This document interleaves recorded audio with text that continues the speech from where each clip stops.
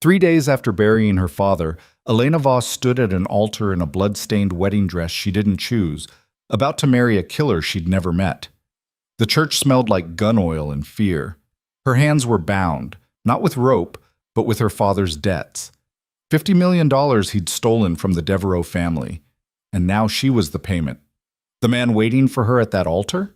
Luca Devereaux, the most feared Mafia boss on the East Coast. But when their eyes met, she didn't see a monster. She saw something far more dangerous: obsession. Stay until the end to see how Elena's captivity becomes her salvation. Hit that like button and comment your city so I can see how far this story travels. The funeral had been small, pathetically so. Elena Voss stood beside her father's grave in a black dress she'd bought from a thrift store 2 years ago, watching as 2 hired workers lowered the cheap casket into the ground. No flowers, no mourners beyond herself. Just rain, mud, and the hollow sound of dirt hitting wood. She should have felt something. Grief, maybe. Anger. But Thomas Voss had stopped being her father long before the heart attack killed him. He'd been a ghost in their apartment for years, drunk more often than sober, paranoid always, jumping at shadows and muttering about debts he couldn't pay. Debts to dangerous people, he'd said once when she was 16. She hadn't understood then. She'd thought he meant loan sharks, credit cards, normal, desperate people problems. She understood now. The first man appeared at the cemetery gates before the workers had finished filling the grave. Tall, dressed in black, with a scar cutting through his left eyebrow. He didn't approach, just stood there, watching. Elena's stomach turned to ice. A second man appeared on her right, then a third behind her. She wasn't being paranoid. She was being surrounded. "Miss Voss," the scarred man's voice cut through the rain. "You need to come with us." Elena's pulse hammered in her throat. "I don't know who you are." "Yes, you do." He stepped forward, and she saw the gun holstered at his side, not hidden. A message. "Your father knew what would happen if he died without paying what he owed. You're coming with us. We can do this easy, or we can do this hard. Your choice." She wanted to run. Every instinct screamed at her to bolt for the trees, to fight, to scream for help. But this was a private cemetery on the edge of nowhere, and these men had the eyes of people who'd dragged women into cars before. Easy or hard, she was leaving with them either way. "Where are we going?" Her voice came out steadier than she felt. "You'll see." They drove for 2 hours. Elena sat in the back of a black SUV between 2 silent guards, watching the city fade into suburbs, then rural highways, then forests she didn't recognize. Her phone was gone, taken the moment she'd gotten into the car. No one knew where she was. No one would miss her. She had no family left, no close friends, just a dead-end waitressing job at a diner that wouldn't notice if she never showed up again. Her father had made sure of that. Isolated her, kept her small and invisible, and now she was paying for his mistakes. The SUV finally pulled through iron gates into a property that looked like it belonged in a crime movie. A sprawling stone mansion surrounded by manicured gardens and armed guards, walls topped with cameras, men in dark suits patrolling the grounds with dogs. This wasn't just wealth. This was a fortress. "Out!" The scarred man opened her door. Elena's legs shook as she stepped onto the gravel driveway. The rain had stopped, but the sky was still heavy and gray. Everything felt surreal, wrong, like she'd stepped into someone else's nightmare. "This way?" They led her through the front entrance into a house that reeked of old money and older violence. Marble floors, crystal chandeliers, paintings worth more than she'd earn in 10 lifetimes. But beneath the opulence, she could feel it, the weight of blood spilled in these halls, of screams swallowed by thick walls. She was taken to a room on the 2nd floor, large, elegant. A 4-poster bed draped in silk, a private bathroom visible through an open door, and windows that overlooked the gardens. Beautiful, and utterly terrifying. "Wait here," the scarred man said. "Someone will bring you what you need." "What I need?"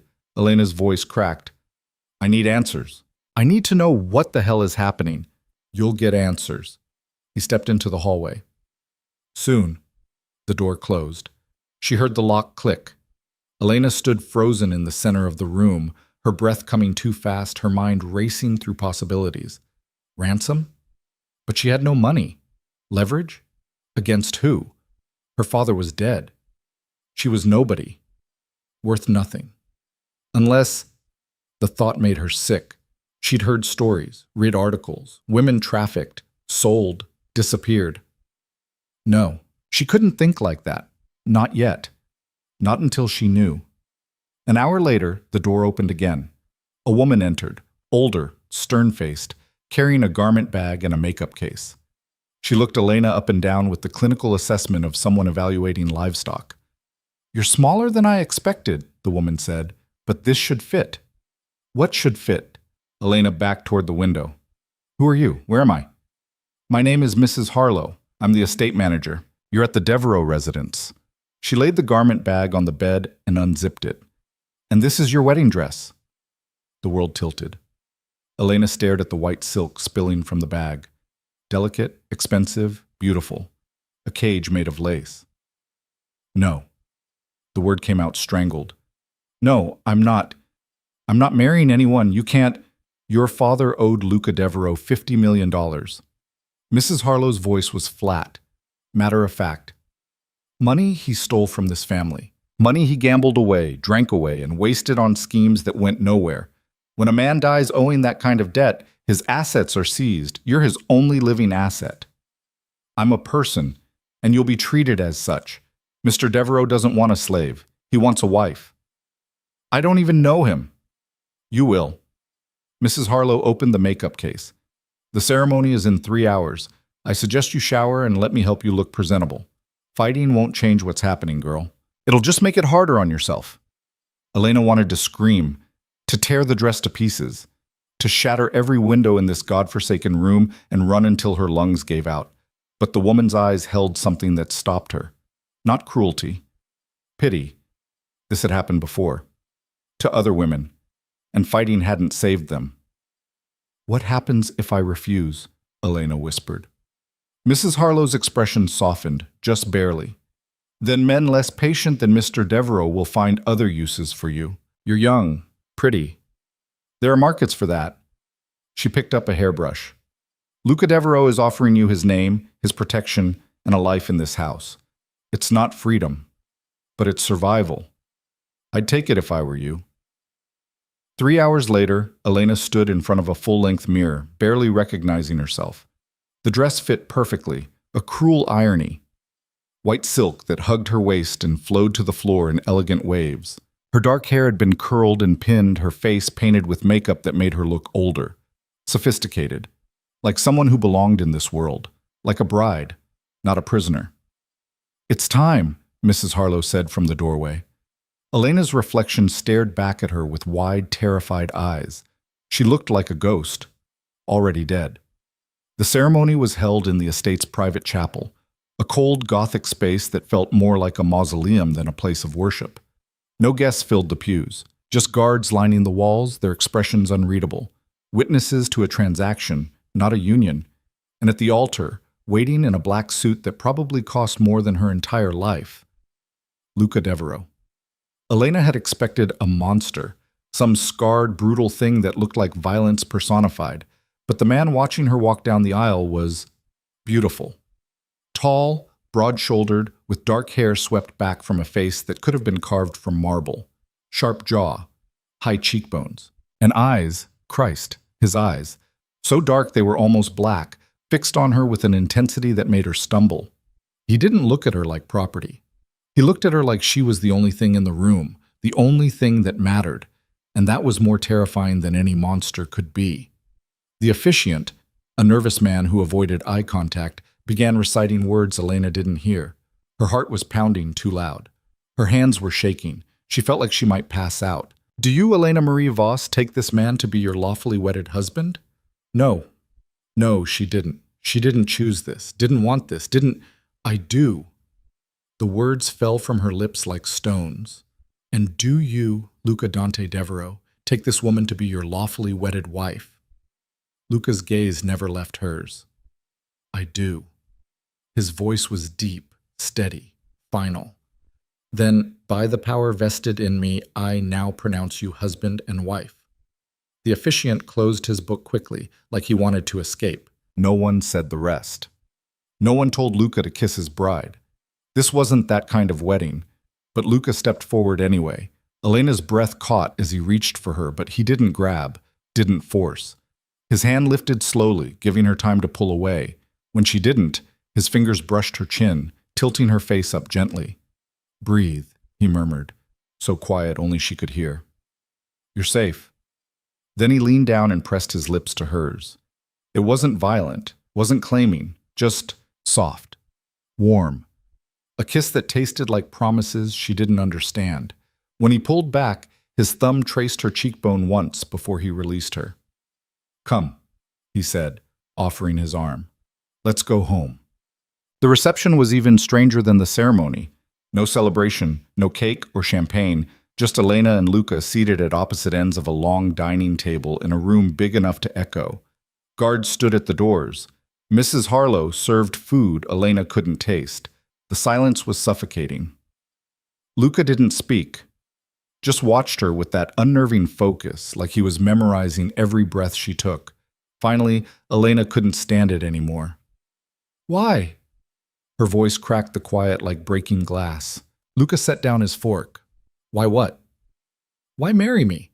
If you wanted revenge for what my father did, there are easier ways, crueler ways." She forced herself to meet his eyes. "So why this?" For a long moment, he just looked at her. Then he stood, moving around the table with the fluid grace of a predator. Elena's muscles locked as he approached, but he stopped a respectful distance away, crouching so they were eye level. "Because I've been watching you for 3 years," he said quietly. Ice flooded her veins. "What?" "Your father stole from me 5 years ago. I tracked him down within 6 months. I could have killed him then. Should have." Luca's jaw tightened. "But I saw you, coming home from your shift at the diner, tired, bruised from carrying trays all day. And you stopped to help an old woman carry her groceries up 4 flights of stairs. No one asked you to, you just did it." Elena couldn't breathe. "I started watching after that. I told myself it was surveillance, making sure your father wasn't hiding assets. But it wasn't." His gaze dropped to her hands, clenched in her lap. "It was you. The way you smiled at customers who treated you like dirt. The way you read books on your breaks. The way you existed in my world without being touched by it. You were light in a life that's only ever been dark. So you stalked me." Anger cut through her fear. "You watched me like some creep, and when my father died, you took me as payment. I saved you." His voice hardened. "You think you were the only one who knew your father died? 3 other families wanted pieces of him, and when they couldn't get him, they'd have come for you, sold you, used you, destroyed you." He stood abruptly. "I claimed you first because I'm the only one who won't hurt you, because I've wanted you since the moment I saw you help that woman, and because I'm selfish enough to keep what I want." Elena's hands trembled. "You don't even know me." I know you're kind in a world that punishes kindness. I know you're strong enough to survive a father who broke you down to nothing. I know you're terrified right now, but you haven't cried once." His expression softened just slightly. "And I know I'll spend the rest of my life earning the choice you didn't get to make today. You can't earn something you stole. Watch me." He turned and walked toward the door, pausing at the threshold. "Mrs. Harlow will show you to your room. It's yours. Private. I won't come in without permission. You have the run of the house and grounds, but don't try to leave. The guards have orders to stop you, gently, but they will stop you. Anything you need, ask. Anything you want, ask. I'm a lot of terrible things, Elena, but I'm not a liar and I'm not a rapist. You're my wife, not my prisoner." "Those things aren't mutually exclusive," Elena shot back. Luca's smile was grim. "No, they're not. But I'm going to try like hell to make you forget that." Then he was gone, leaving her alone in a dining room that suddenly felt cavernous. The room Mrs. Harlow led her to was even more opulent than the first. A suite, really. Bedroom, sitting area, walk-in closet filled with clothes in exactly her size. Another reminder that Luca had been watching her long before today. "Get some rest," Mrs. Harlow said, her tone almost gentle. "Tomorrow will be easier." Elena doubted that. but she was too exhausted to argue. The moment the door closed, she collapsed onto the bed and finally let herself break. Not crying, just crumbling. Her body shook with silent sobs she wouldn't let escape because she had a horrible feeling someone was still watching, still measuring her reactions. She'd married a stranger, a criminal, a man who'd confessed to stalking her for years and called it salvation. And the worst part, the part that made her sick, was that some tiny, traitorous piece of her had felt something when he'd looked at her, when he'd kissed her, when he'd said she was light in his darkness. She hated herself for it, hated him more. But hate wouldn't get her out of this. Hate wouldn't survive in a house built on violence. So Elena did what she'd always done. She buried the fear, swallowed the tears, and started planning. If Luca Devereaux wanted a wife, she'd give him one, compliant, quiet, exactly what he expected. And when he stopped watching so closely, when he trusted her enough to let his guard down, she'd disappear. 3 days passed in a strange, surreal fog. Elena learned the estate's layout, memorized guard rotations, tested boundaries. Every door she tried was unlocked, except the ones leading outside. Every guard she passed nodded respectfully, but positioned themselves to block exits. The message was clear. She could move freely within her cage, but the cage had walls. Luca kept his distance. She saw him only at dinner, a nightly ritual where they sat at that absurdly long table and pretended to eat, while silence stretched between them. He asked polite questions. How was her day? Did she need anything? Was her room comfortable? She gave polite answers. Fine. No. Yes. It was excruciating. On the fourth night, something shifted. Elena was in the library, a massive room lined with floor-to-ceiling bookshelves, when Luca appeared in the doorway. She thought she was alone. Had let herself relax, curled in an armchair with a worn copy of Jane Eyre she'd found tucked in a corner. You like the classics? It wasn't a question. Elena's grip tightened on the book. I like stories where the heroine gets a choice. Luca stepped inside, hands in his pockets. Casual, unthreatening. Jane chose Rochester, after he stopped lying to her. Fair point. He moved to the bookshelf, running his fingers along the spines. I had these brought in for you, Mrs. Harlow said you liked to read. Of course she did, because he'd watched her, studied her, built this golden cage with bars shaped exactly like her preferences. Thank you, Elena said flatly. You don't have to thank me for basic decency. Don't I? You're the one who set the bar so low. Luca's laugh was unexpected, rough and genuine. You have a sharp tongue when you're not terrified. Who says I'm not terrified? Your hands. He nodded at the book. You're holding it like a weapon, but you haven't thrown it at me. That's progress. Despite herself, Elena's lips twitched, almost a smile. She crushed it. What do you want? To talk to you. Actually talk, not just perform civility at dinner. We have nothing to talk about. We have everything to talk about. Luca pulled a chair closer, not too close, and sat. You're my wife. I'd like to know you. You've been watching me for 3 years. What's left to know? Everything that matters. His gaze was steady, intense. I know what you do, not who you are. I know you're kind to strangers, but I don't know what makes you laugh. I know you read, but I don't know what you dream about.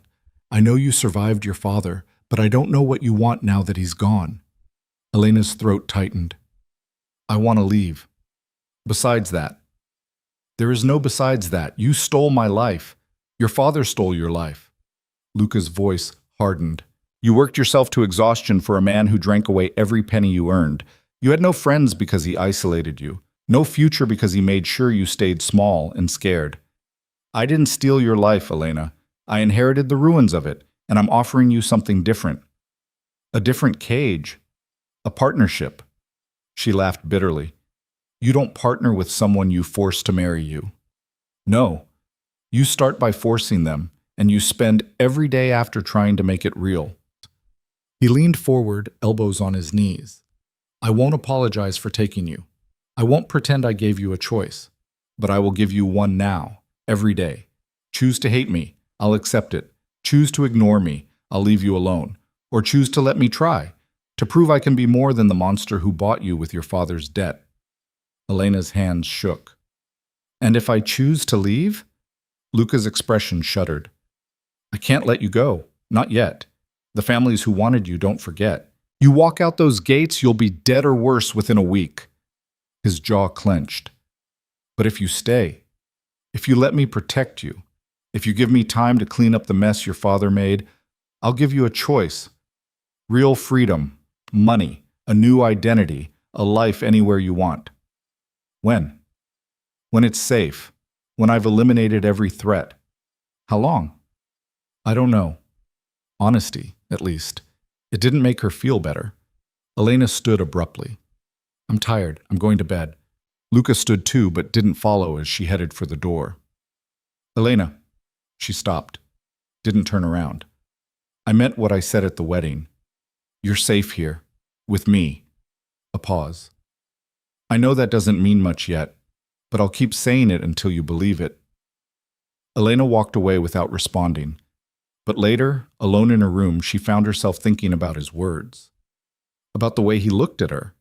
Not with the possessive hunger she'd expected, but with something raw, more desperate. Like he needed her to be his salvation as much as he claimed to be hers. It didn't change anything, but it scared her more than the alternative. But 2 weeks into her captivity, because that's what it was, no matter how he dressed it up, Elena made her first real mistake. She asked about his work. They were in the garden, of all places. Elena had taken to walking the grounds every afternoon, and Luca had started joining her, silent at first, then making small observations, the weather, the roses blooming early, careful, neutral topics. This time, though, she broke the script. What do you do? This question came out sharper than she intended. I know you're what you are, but what does that actually mean? Day to day? Luca was quiet for so long she thought he wouldn't answer. Then, I run an organization that controls most of the East Coast's import operations, legitimate and otherwise. Otherwise meaning illegal. Yes. Drugs? No. I don't touch narcotics, too messy, too much collateral damage. He plucked a rose from a nearby bush, examining it. Weapons, information, protection. I provide services to people who can't go to the authorities. You mean criminals? I mean people the system failed. Yes, some are criminals, some are just desperate. He offered her the rose. She didn't take it. He set it on the bench between them. It's not clean work, it's not noble, but it's what I inherited, and I've made it less monstrous than it was. Less monstrous, Elena repeated. You still kill people. Yes. No hesitation. No justification, just truth. Something twisted in her chest. How many? Do you really want to know? Yes. Luca turned to face her fully. 37. By my own hand. More if you count the orders I've given. His eyes were dark, empty. Most deserved it. Some didn't. I live with that. I don't ask for forgiveness because I won't stop. This is who I am, Elena. This is the man you married. She should have been horrified, disgusted, should have run back to the house and locked herself in her room. Instead, she found herself asking, the ones who didn't deserve it, why? Because someone more powerful ordered it. Because mercy looked like weakness. Because I was younger and stupider and didn't know there was another way. His voice roughened. I can't undo those deaths, can't make them right. But I've tried to be different since he stopped himself. Since when? Since I saw you help that woman with her groceries. Elena's breath caught. You looked at her like she mattered, Luca continued quietly, like her struggle was worth stopping for. And I realized I hadn't looked at anyone like that in years. Everyone in my world is a transaction, a tool, a threat. But you saw a person, and I thought, maybe if I could be the kind of man who deserved someone like you, I could be something better. That's not fair, Elena whispered. You can't put that on me. Your redemption isn't my responsibility. I know. You didn't ask for this. Any of it. He stood, looking down at her with something achingly close to regret. But you're here anyway, and I'm selfish enough to hope that maybe, just maybe, some of your light rubs off. He walked away before she could respond, leaving her alone with a rose and a truth she didn't want to accept. Luca Devereaux was a killer.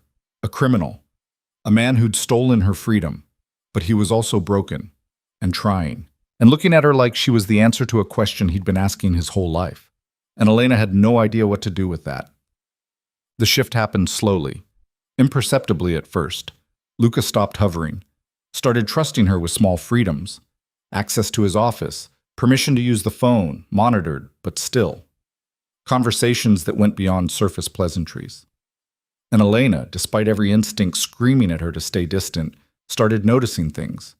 The way Luca never raised his voice, even when his men brought him bad news.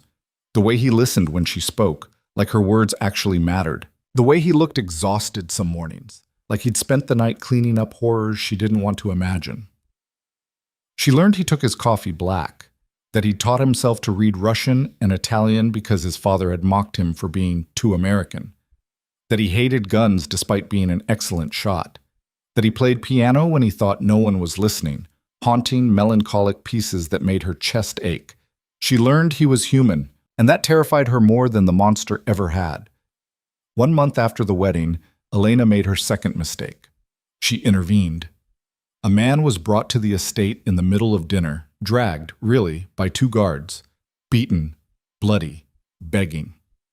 "Please, Mr. Devereaux, I can explain. You stole from me, Marcus." Luca's voice was cold, detached. $300,000. Did you think I wouldn't notice? My daughter needed surgery, so you stole from me instead of asking. Luca stood, and Elena saw the shift, the shuddering of whatever humanity had been there moments before. "Take him to the East Wing. Make it quick." "No!" The word was out before Elena could stop it. Everyone froze. The guards, Marcus, Luca. Luca turned to her slowly. "Go to your room, Elena." "No," she said again, standing on shaking legs. He was desperate. His daughter is not my problem. "But you could help." "I could."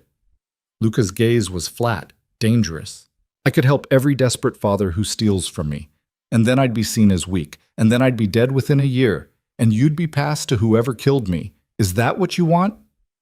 "I want you to show mercy. Mercy is a luxury I can't afford." "Bullshit." Elena's voice rose. "You told me you were trying to be different, better.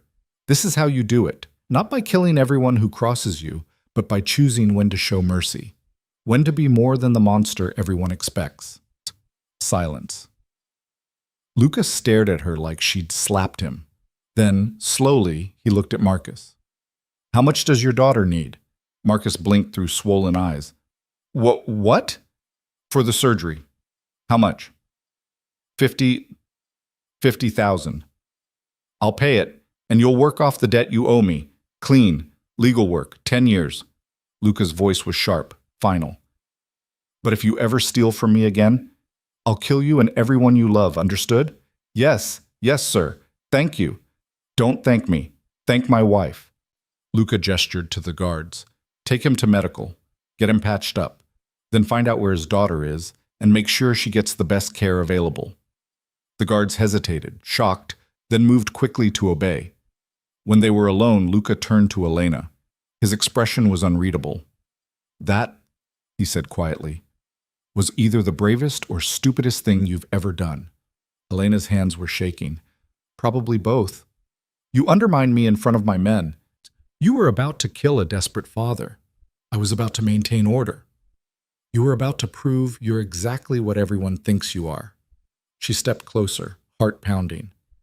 "You told me you wanted to be different. This is different." Luca's jaw worked. For a moment, she thought he might explode, might show her the violence she'd been waiting for. Instead, he laughed, low, rough, almost disbelieving. "You're going to get me killed," he said, shaking his head. "Or get yourself killed, I haven't decided which. So I can do it again?" His eyes met hers, and something in them made her breath catch. Heat, admiration, something dangerous and tender all at once. "Yeah," he said softly. "You can do it again." Then he crossed the distance between them in 2 strides, cupped her face in his hands, and kissed her. Not gently this time. Not like the wedding. This kiss was fierce, claiming, desperate, like he was drowning and she was air. Elena gasped against his mouth, and instead of pulling away, she kissed him back. It was insane. Stupid. She barely knew him. Didn't trust him. Shouldn't want this. But his hands were gentle despite the intensity, and he tasted like whiskey and danger and something she couldn't name. And for one breathless moment, she let herself forget everything except the way he made her feel. Seen. Valued. Real. When they finally broke apart, both breathing hard, Luca rested his forehead against hers. "You're dangerous," he whispered. "So are you." "I know. That's why this scares me." He stepped back before she could respond, running a hand through his hair. "I have work to finish. We'll talk later." Then he was gone, leaving Elena alone with a racing heart and the terrifying realization that somewhere between captivity and defiance, something had shifted. She didn't hate him anymore. She wasn't sure what she felt, but it wasn't hate, and that changed everything. The kiss haunted her for days. Elena tried to pretend it hadn't happened, that she hadn't kissed him back, that her heart hadn't stuttered when his hands had cupped her face like she was something precious. But every time she sat across from Luca at dinner, every time their eyes met in passing, she felt it again. That dangerous pull toward a man who'd bought her like property and somehow made her feel more alive than she had in years. It terrified her. What terrified her more was that Luca seemed equally unsettled. He'd grown careful around her, cautious, like she was a grenade he didn't know how to hold. He still joined her for meals, still walked with her in the gardens. But there was a new tension thrumming between them, something electric and unspoken. Neither of them mentioned the kiss. Neither of them could forget it. A week after the incident with Marcus, Elena woke to sounds she didn't recognize. Raised voices, running footsteps, the distant slam of doors. She sat up in the pre-dawn darkness, her pulse already racing. Something was wrong. Before she could cross to the window, her bedroom door burst open. Mrs. Harlow rushed in, still in her nightgown, her usually composed face tight with fear.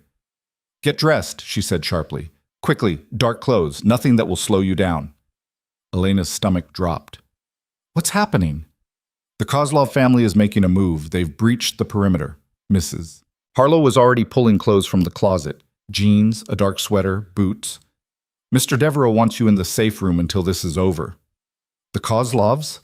Elena yanked the sweater over her head with shaking hands. "Who are they?" "Russians. They've been trying to expand into Luca's territory for months. They must have decided tonight was their opportunity." She thrust the boots at Elena. "Put these on. Now!" Through the window, Elena could see muzzle flashes in the distance. Hear the sharp crack of gunfire. The estate that had felt like a fortress suddenly felt like a war zone. "How many?" she whispered. "Too many." Mrs. Harlow grabbed her arm. "Come on!" They ran through hallways Elena had memorized, but everything looked different in the chaos. Guards rushed past them, weapons drawn. Somewhere below, glass shattered. A man screamed, cut off abruptly. Mrs. Harlow pulled her into what looked like a study, shoving books aside on a shelf to reveal a keypad. She punched in a code, and the entire bookcase swung inward with a pneumatic hiss.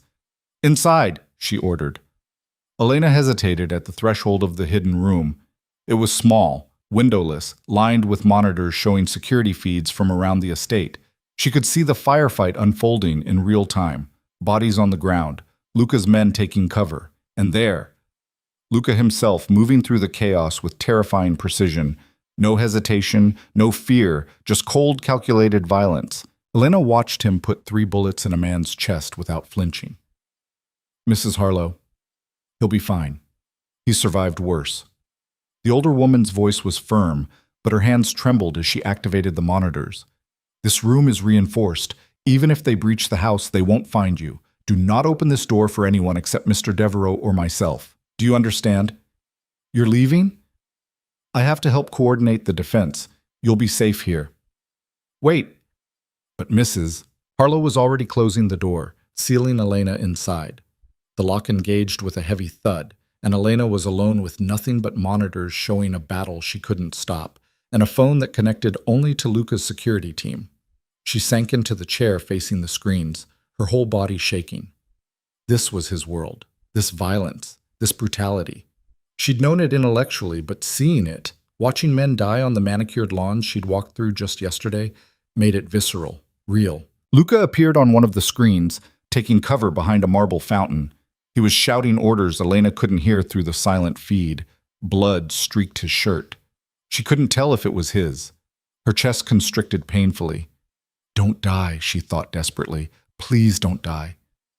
The thought should have shocked her. She should want him gone, should see this as an opportunity for freedom if the Kozlovs won. But all she could think was that if Luka died, she'd never know what they could have been.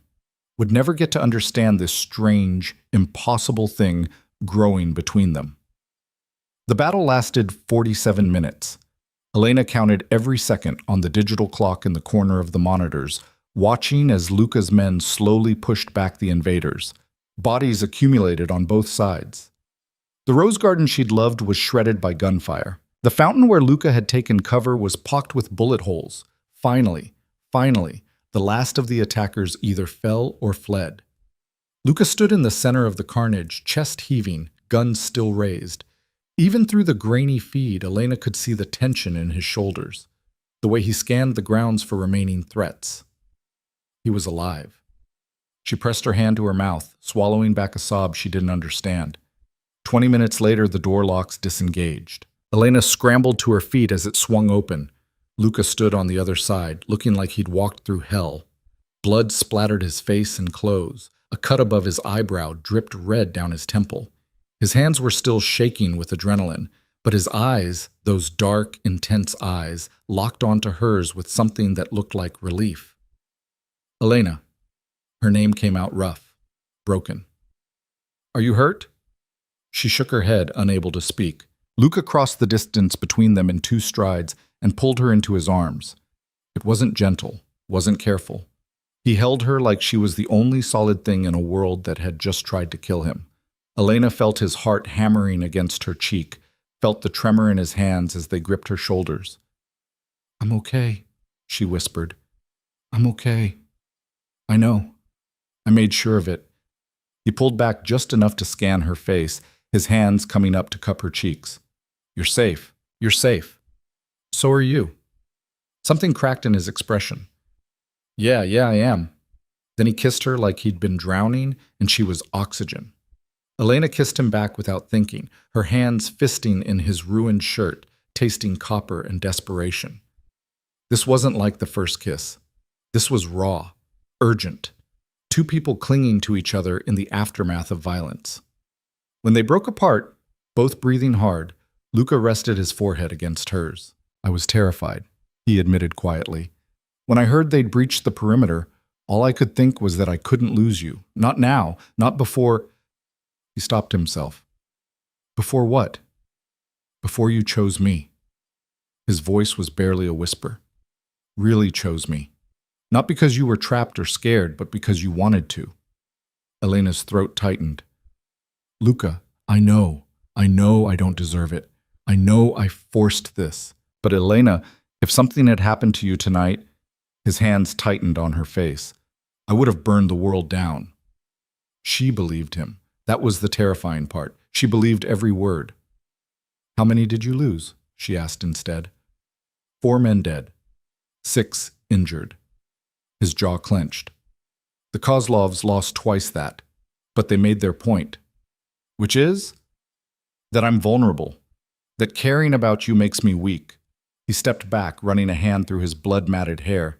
They'll come again, harder, smarter. They'll use you to get to me. Then let me go. The words came out before she could stop them. Give me that new identity you promised. Send me away. I'll disappear, and you'll be safe. No. The word was sharp, final. I can't. You mean you won't? I mean I can't. Luka's eyes were wild, desperate. I tried, Elena. After that kiss, I tried to convince myself to let you go, to do the right thing. But I can't. I'm too selfish, too broken. I need you here. He turned away, his hands clenching into fists. I need you to make me believe I can be something other than this. Elena stared at his back, at the rigid line of his shoulders, and felt something shift inside her chest, something dangerous and tender and completely insane.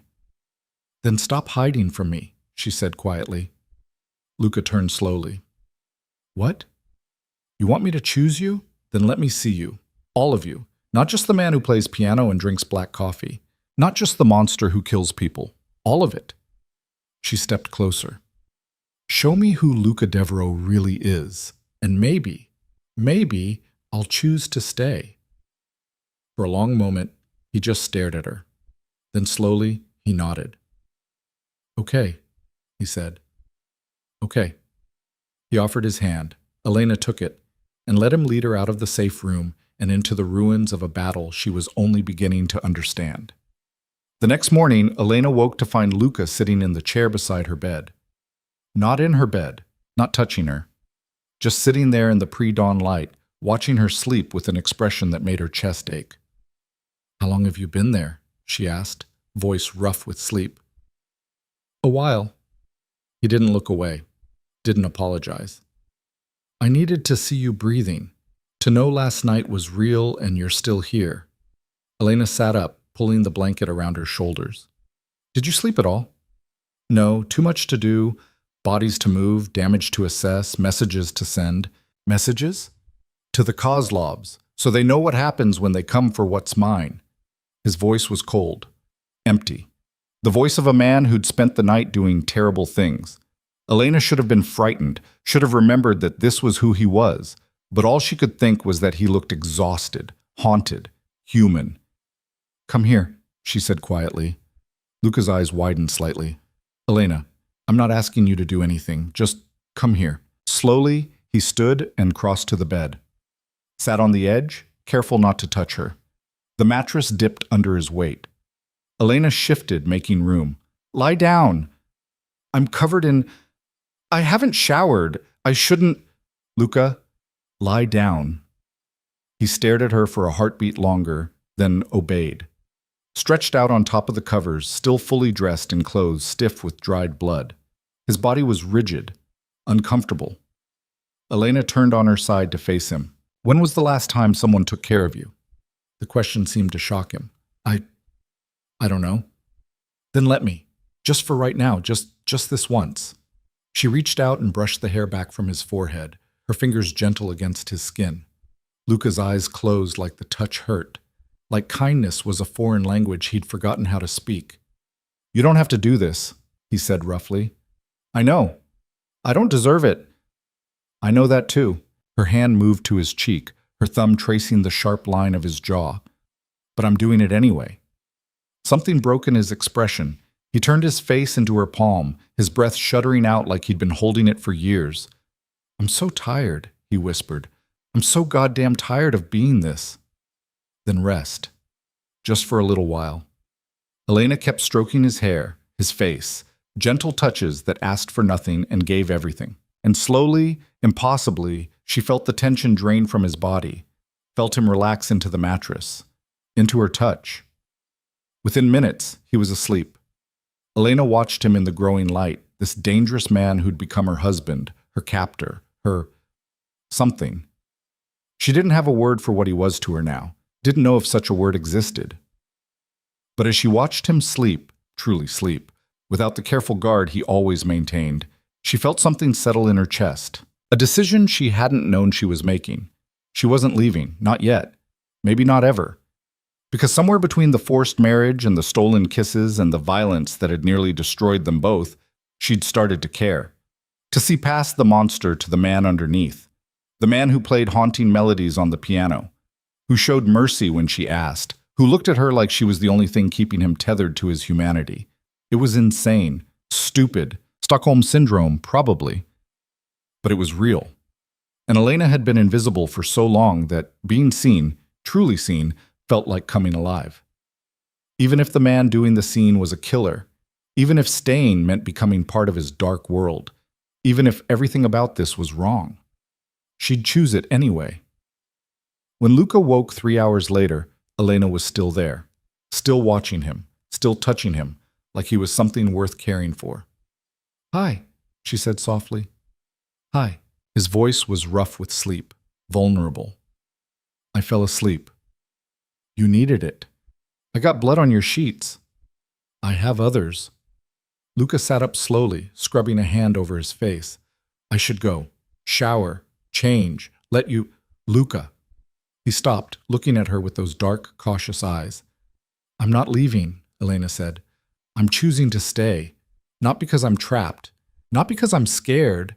Because I want to understand this. Us. Whatever this is. Luca's breath caught.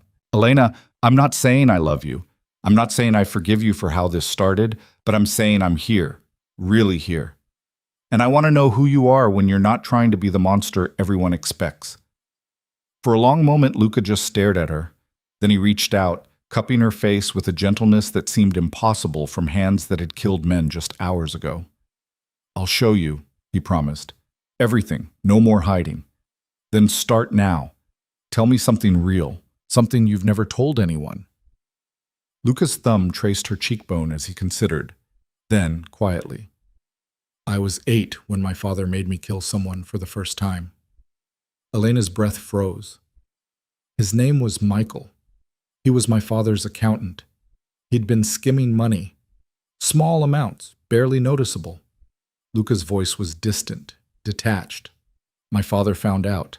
He dragged me into his office, put a gun in my hand, and told me to shoot.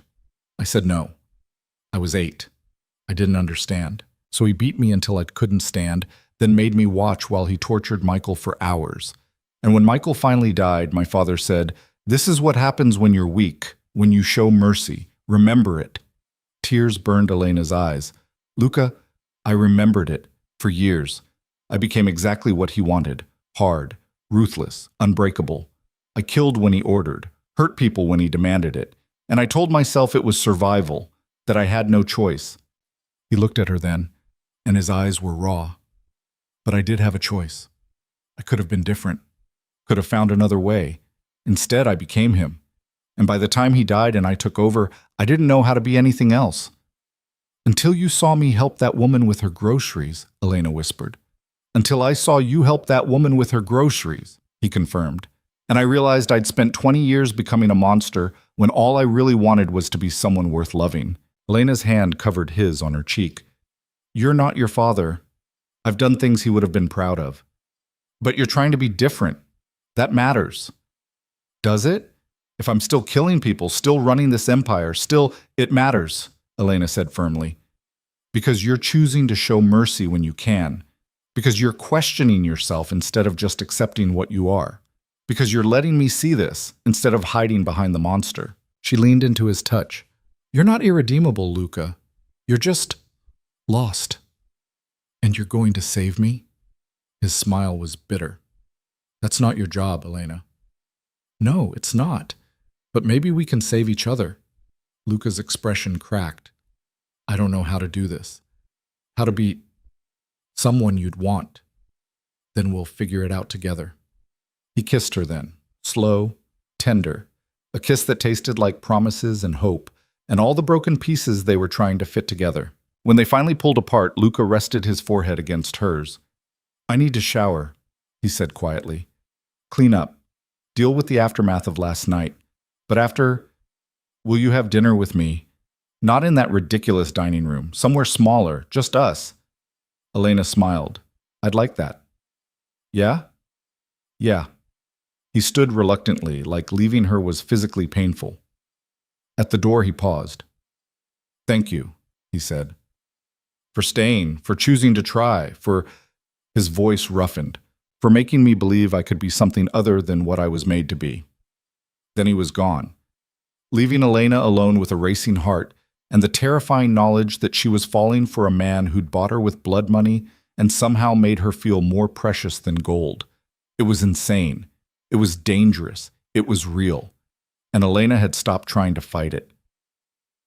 Dinner that night was different. Luca had set up a small table on the balcony off his study, a space Elena had never been invited to before. Candles flickered in the evening breeze. Wine waited in crystal glasses. The table was intimate, private, a world away from the formal dining room where they usually performed their marriage. You did this yourself? Elena asked as Luca pulled out her chair. I had help, but I wanted it to feel different. He sat across from her, looking almost nervous. I wanted to show you I could be normal, even if it's just pretend. It's not pretend if you mean it. I mean it. The meal was simple. Pasta, salad, nothing extravagant. They ate in comfortable silence for a while. the tension of the previous night slowly dissipating into something softer. "Tell me about your mother," Elena said eventually. "You've told me about your father, but never her." Luca's hand tightened on his fork. "She died when I was 6. Cancer, quick and brutal. My father never recovered, or maybe he did, and the cruelty was always there. I don't know." He took a sip of wine. "I barely remember her. Just impressions. The smell of her perfume, the way she hummed while she cooked. She used to read to me before bed, fairy tales, stories where the hero always won and love conquered everything. She sounds wonderful. She was. And then she was gone, and my father made sure I understood that love was weakness, that caring about people got you killed." His eyes met hers. "I believed him for a long time. And now? Now I think he was wrong. I think love is the only thing that makes us human, the only thing worth fighting for." He reached across the table, offering his hand. "I think my mother would have liked you." Elena took his hand, their fingers intertwining. "I think I would have liked her too." They stayed like that for a long moment, hands joined, the city lights twinkling in the distance. It felt surreal, peaceful, like they were just a normal couple having dinner instead of a mafia boss and the woman he'd bought with her father's debts. "Can I ask you something?" Luca said quietly. "Anything. Do you regret it? Intervening with Marcus, showing me I could choose mercy." Elena considered. "No. Do you?" "I should. It made me look weak. Set a precedent I'll have to manage. But," he squeezed her hand, "I've never felt more powerful than when I chose to let him live. When I chose you over the monster everyone expects." "Then it wasn't weakness." "No, it was you, making me better." They finished dinner slowly, talking about everything and nothing. Elena told him about the books she loved, the places she dreamed of traveling but never could. Luca told her about the estate's history, the gardens his mother had planted, the piano she'd taught him to play before she died. It was easy, natural, like they'd been doing this for years instead of weeks. When the meal ended, Luca stood and offered his hand again. "Dance with me?" Elena raised an eyebrow. "There's no music." "There is if you listen." He pulled out his phone and soft piano music filled the air. The same haunting melody Elena had heard him play late at night when he thought no one was listening. "You recorded yourself playing?" "I wanted to remember what it felt like, to create something beautiful instead of destroying things." He drew her close, one hand at her waist, the other holding hers. "Dance with me, Elena. Let me pretend, just for tonight, that this is real. That you chose me because you wanted to, not because you had no choice." Elena's throat tightened. "It is real, Luca. I am choosing you. Even knowing what I am? Especially knowing what you are, and what you're trying to become." They swayed together on the balcony, the city spread out below them like stars. Luca held her carefully, like she might break. Elena rested her head against his chest, listening to the steady thump of his heart. This was dangerous, foolish. She was falling for a man who'd kidnapped her, forced her into marriage, and showed her a world of violence she couldn't unsee. But he was also the man who looked at her like she was his salvation, who played piano in the dark, who showed mercy when she asked, who held her like she was the most precious thing he'd ever touched. And Elena had been invisible for so long that being seen, really seen, felt like coming home. Even if home was a gilded cage. Even if the man holding her was a monster trying to be human. Even if everything about this was impossible, she'd choose it anyway. "Luca? Kiss me." He pulled back just enough to look at her, his eyes dark and intense. "Are you sure?" "I'm sure." This kiss was different from the others, slower, deeper, a kiss that tasted like promises and possibility. Luca's hands cupped her face with devastating gentleness, and Elena let herself melt into it, into him, into the impossible thing growing between them. When they finally broke apart, both breathing hard, Luca rested his forehead against hers. "Stay with me tonight," he whispered. I'm not asking for anything. Just stay. Let me hold you. Let me fall asleep knowing you're here." Elena's answer was to take his hand and let him lead her inside. They ended up in his room, a space she'd never seen before. It was surprisingly simple. Large bed, minimal furniture, no ostentation, just clean lines and dark colors and a window overlooking the gardens. Luca hesitated at the threshold. I can sleep on the couch if you— Get in the bed, Luca. He obeyed, settling on top of the covers fully clothed. Elena climbed in beside him, curling into his side. His arm came around her immediately, holding her close. This is enough, he said quietly. Just this. You hear? Choosing to stay. Elena pressed a kiss to his chest, right over his heart. Then this is what we'll do. For now. For now, he agreed. They fell asleep like that, wrapped around each other, two broken people finding something whole in the spaces between them. And for the first time since her father died, Elena felt safe, not because she was protected, but because she was chosen. Morning arrived with sunlight streaming through unfamiliar windows and the warmth of another body pressed against hers. Elena woke slowly, disoriented for a moment, before memory returned.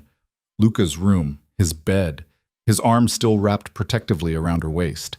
She turned carefully, not wanting to wake him, and found herself face to face with a version of Luca she'd never seen before. Relaxed, peaceful. The hard lines of his face softened by sleep, making him look younger, almost vulnerable. Her heart did something complicated in her chest. This was real. She'd chosen to stay, chosen to try. And lying here in the quiet morning light, feeling the steady rise and fall of his breathing, Elena couldn't bring herself to regret it. Luca's eyes opened slowly, focusing on her with an intensity that made her breath catch. Hi, he murmured, voice rough with sleep. You're still here. Where else would I be? Something flickered across his face, relief maybe, or disbelief. I kept thinking I'd wake up and you'd be gone. That last night was a dream. Elena reached up, touching his jaw gently. Not a dream. I'm here. Yeah. He caught her hand, pressing a kiss to her palm. You are.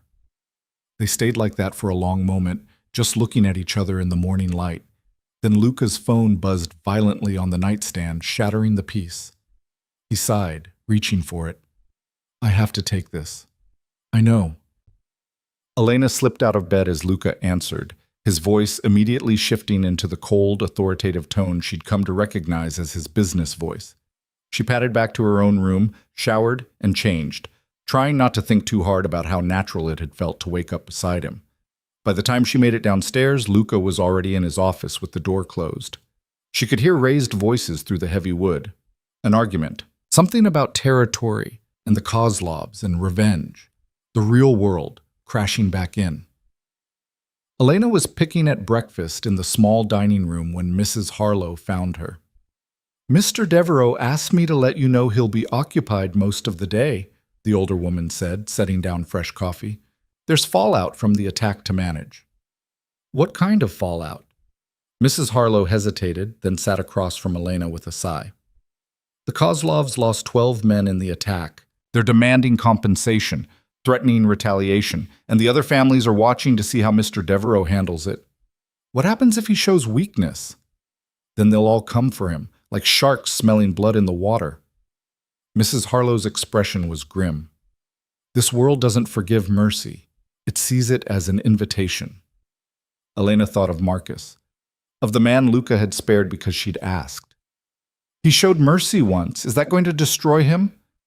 I don't know, but I do know that in 20 years of working for this family, I've never seen Mr. Devereaux look at anyone the way he looks at you. Mrs. Harlow's voice softened. Whatever is happening between you two, it's changing him. Whether that's good or bad remains to be seen. Before Elena could respond, the office door slammed open. Luca emerged, his face a mask of barely controlled fury. He stalked past them without a word, heading for the front entrance. Elena was on her feet before she thought better of it. Luca? He stopped, turned, and she saw it then, the monster he'd been before she arrived, cold, lethal, absolutely terrifying. Not now, Elena. What happened? The Kozlovs sent a message. They took someone, one of my men. His voice was flat, dead. They're going to kill him slowly unless I turn over 3 blocks of territory and $500,000 by midnight. Elena's stomach turned. What are you going to do? What I should have done in the first place. I'm going to remind them why you don't come for what's mine. He moved toward the door again. Wait, Elena crossed to him quickly. There has to be another way. Negotiation. Compromise. There is no compromise with men who breach my home and threaten what I care about. His eyes were black ice. They want war. I'm going to give it to them. And your man? The one they took? Luca's jaw clenched. He knew the risks when he took this job. So you're just going to let him die? I'm going to make sure his death means something. Elena grabbed his arm, forcing him to look at her. This isn't you. Not anymore. You showed mercy to Marcus. You can find another way. Marcus was different. He stole out of desperation. The Kozlovs attacked my home. Nearly killed you. His voice dropped dangerously. There is no mercy for that. So all that talk about being different was just talk? About me making you better? You do make me better. But better doesn't mean weak. He pulled away from her grip. I have to go. Luca, please. But he was already gone, the door slamming behind him with brutal finality. Elena stood frozen in the foyer, her heart racing. Mrs. Harlow appeared at her elbow, her expression sympathetic. Let him go, dear. This is what he does. Who he is. No. Elena's voice was stronger than she felt. No, it's not. Not all of him. She turned and ran for the stairs, taking them two at a time. If Luca wouldn't listen, maybe she could find another way to help, to save him from becoming the monster everyone expected. She just had to figure out how. Elena spent the next 3 hours doing something she knew she shouldn't. She went through Luca's office searching for information about the Kozlovs, about the man they'd taken, about anything that could give her leverage. She found files, reports, photographs of brutal violence, evidence of the empire Luca controlled and the blood it took to maintain it. Her hands shook as she turned page after page, seeing the full scope of what she'd married into. But she also found something else. A name. Viktor Kozlov, the head of the Russian family, and an address for a restaurant he owned in the city. Elena stared at the address, her mind racing. This was insane, dangerous. Luca would lose his mind if he knew what she was thinking. But if she could talk to Viktor, if she could convince him to release Luca's man and negotiate a real peace instead of escalating into all-out war, she could save them both from more bloodshed. Before she could talk herself out of it, Elena was moving. She grabbed her phone, called for a car, one of Luca's drivers, a young man named James who'd always been kind to her, and told him she needed to go into the city. Mr. Devereaux said you're not to leave the estate, ma'am, James said nervously. Mr. Devereaux isn't here, and I'm not asking permission. I'm his wife, and I'm telling you to drive me. Elena's voice was firm, commanding, a tone she'd never used before. Now, please. James hesitated, then nodded. Yes, ma'am. The drive into the city took 40 minutes. Elena spent every second of it questioning her sanity. This was stupid, reckless. She didn't know these people, didn't know if they'd even listen to her. But she knew Luca, knew that if he went to war with the Kozlovs, more people would die, including, possibly, him. And she couldn't let that happen. The restaurant was in a part of the city Elena had never visited. Expensive, exclusive, the kind of place where men in expensive suits made deals that never appeared on paper. She walked in with her head high and her heart in her throat, approaching the hostess with what she hoped was confidence. I need to speak with Viktor Kozlov. The hostess's eyes widened. Do you have an appointment? No, but tell him Elena Devereaux is here. He'll want to see me. The woman disappeared into the back. Elena waited, acutely aware of the eyes on her. The men scattered throughout the restaurant, all watching her with varying degrees of interest and suspicion. 5 minutes later, the hostess returned. Follow me. Elena was led through the restaurant to a private room in the back, opulent, dark wood and leather. And at the head of the table, a man who could only be Viktor Kozlov. He was older than she expected, 60s maybe. Silver hair, sharp eyes, a face that had seen violence and dished it out in equal measure. Mrs. Devereaux. His accent was thick, Russian. What an unexpected pleasure. Elena forced herself to meet his gaze. We need to talk. About your husband's impending assault on my operations, or about the fact that you've walked into my establishment without protection, Making yourself the perfect bargaining chip? Victor smiled, and it was cold, predatory. You're either very brave or very stupid. Maybe both. Elena's voice didn't shake. A miracle. But I'm also the only chance you have to end this without a war that destroys both our families. Victor leaned back in his chair, studying her. Interesting. Your husband attacks my men, kills a dozen of my soldiers, and you think you can negotiate peace? Your men attacked his home first, nearly killed me in the process. You escalated this. We were making a point, and he'll make one back, a bigger one. You know his reputation. You know what he's capable of when someone threatens what he cares about. Elena stepped closer to the table. But he's also capable of mercy. I've seen it, and I'm here to offer you the same choice. What choice is that? Release his man, unharmed, negotiate a real peace, new territory lines, compensation for your losses, whatever it takes.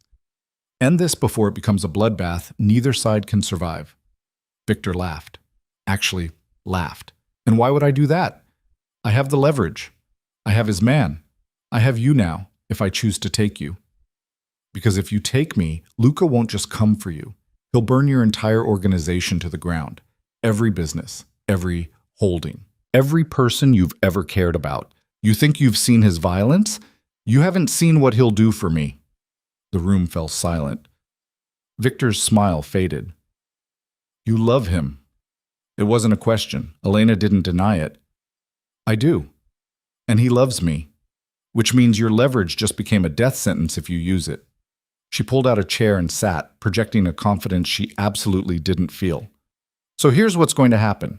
You're going to release Luca's man as a show of good faith. You're going to agree to sit down with him, with me there as mediator, and negotiate a real treaty. And in exchange, I'll convince him to give you the compensation you're asking for, maybe even one of those blocks of territory. And if I refuse, then you'll have a war with a man who has nothing left to lose. A man who will sacrifice everything, including himself, to make sure you pay for threatening me. Elena's voice was steady, clear. Is your pride worth that? Victor stared at her for a long, tense moment. Then he picked up his phone and made a call. Spoke rapid Russian that Elena couldn't follow. When he hung up, he looked at her with something that might have been respect. Your husband's man will be released within the hour, unharmed. As for the rest, he stood, buttoning his suit jacket. I'll consider your proposal, but understand this, Mrs. Devereaux. The only reason I'm even entertaining this conversation is because I see something in you that I didn't expect. What's that? Steel. You walked into the lion's den to save a man who bought you like property. That takes either love or insanity. His smile was grim. I'm curious to see which. Does it matter? Not really. Either way, you're more dangerous than you look. He moved toward the door. Go home, Mrs. Devereaux. Tell your husband I'll be in touch. And tell him if he's smart, he'll listen to you more often. Women like you are rare in this world. Elena stood on shaking legs. Thank you. Don't thank me yet. This isn't over, but perhaps it doesn't have to end in blood. He paused at the threshold. One more thing. Your driver is waiting outside, but you should know, 2 of my men followed you here. They've been watching since you arrived. Elena's heart stopped. Are they? They're leaving, as a courtesy, this time. Victor's eyes were hard. Don't make me regret showing mercy, Mrs. Devereaux. I'm not as forgiving as your husband. Then he was gone, leaving Elena alone in the room with her racing heart and the terrifying knowledge of what she'd just done. She'd negotiated with the enemy, without permission, without backup, without any guarantee it would work. Luca was going to lose his mind.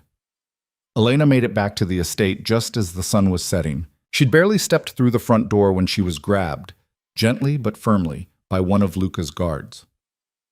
Mr. Devereaux wants to see you, now. Her stomach dropped. How much trouble am I in? The guard's expression was carefully neutral. Considerable, ma'am. She was escorted to Luca's office. The door was closed. Elena could hear raised voices inside. Luca and someone else, arguing about something she couldn't make out. The guard knocked once, then opened the door. Luca stood behind his desk, still in the clothes he'd left in that morning. But everything about him had changed. The cold fury was gone. replaced by something worse. Fear.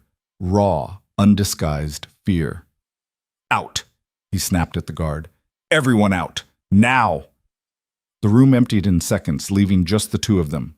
The moment the door closed, Luca crossed the space between them in 3 strides and pulled Elena into his arms. Held her so tightly she could barely breathe. "You stupid, reckless, brilliant woman," he said against her hair. "What the hell were you thinking? How did you— Oh, Victor called me. Told me my wife had walked into his restaurant and negotiated the release of my man like she was brokering a corporate merger." Luca pulled back, gripping her shoulders. "Do you have any idea how dangerous that was? He could have taken you, killed you, used you to destroy everything. But he didn't. He listened. And he released your man, didn't he? That's not the point. That's exactly the point." Elena's voice rose to match his. "You were going to start a war. People were going to die. And I stopped it. By putting yourself in danger. By doing what you've been trying to do since I got here. Being something different. Choosing mercy over violence." She pushed against his chest. "You can't ask me to make you better and then get angry when I actually try." Luca stared at her, his chest heaving. Then, without warning, he kissed her. Hard, desperate. A kiss that tasted like fear and fury and something deeper. When he pulled back, his hands were shaking.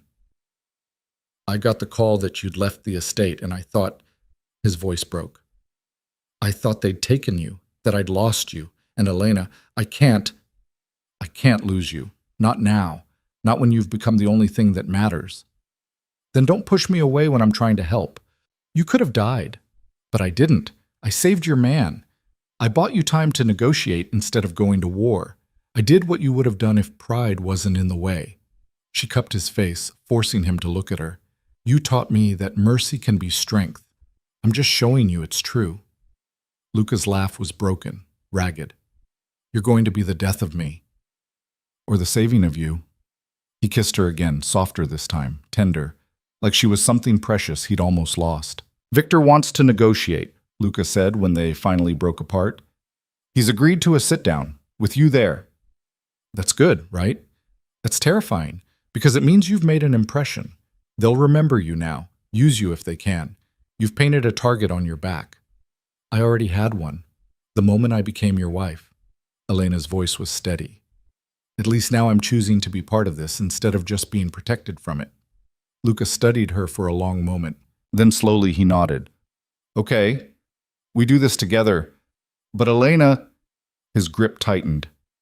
"If anything happens, if anyone so much as looks at you wrong, I'm burning that negotiation to the ground. Understood?"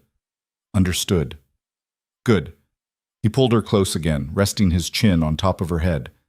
"My man, the one they released, his name is Daniel. He wants to thank you." "He doesn't need to— He does. You saved his life. The least you can do is let him acknowledge it." Elena nodded against his chest, breathing in the scent of him. Gunpowder and expensive cologne and something uniquely Luca. "I was so scared," she admitted quietly, walking in there, facing Victor. "But I kept thinking about you, about what you'd do. And I just did it. You're braver than I am." "No, I'm just stubborn." Luca's laugh rumbled through his chest. "That too." They stood like that for a long moment, wrapped around each other, both realizing how close they'd come to losing something they hadn't even named yet. "Stay with me tonight," Luca said finally. "Not just sleeping, stay with me. Let me hold you.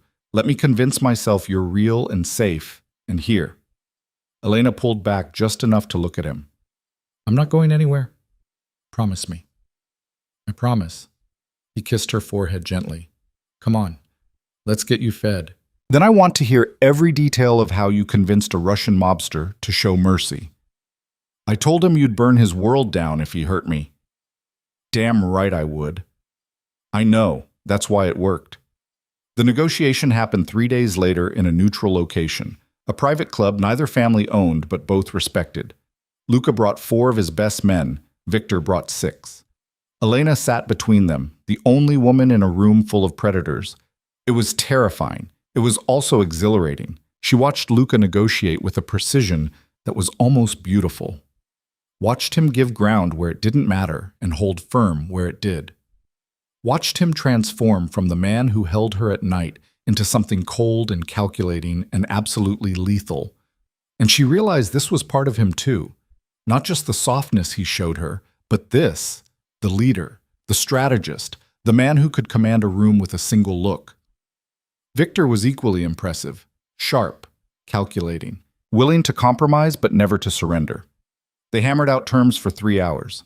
Territory lines, compensation, less than Victor wanted but more than Luca preferred, a mutual defense pact against outside threats, and most importantly, a promise of non-aggression that both men signed in blood, literally, with a knife in their own palms, sealing the pact in the old way. When it was done, Victor stood and offered Luca his hand. To peace, however long it lasts. To peace, Luca agreed, shaking it.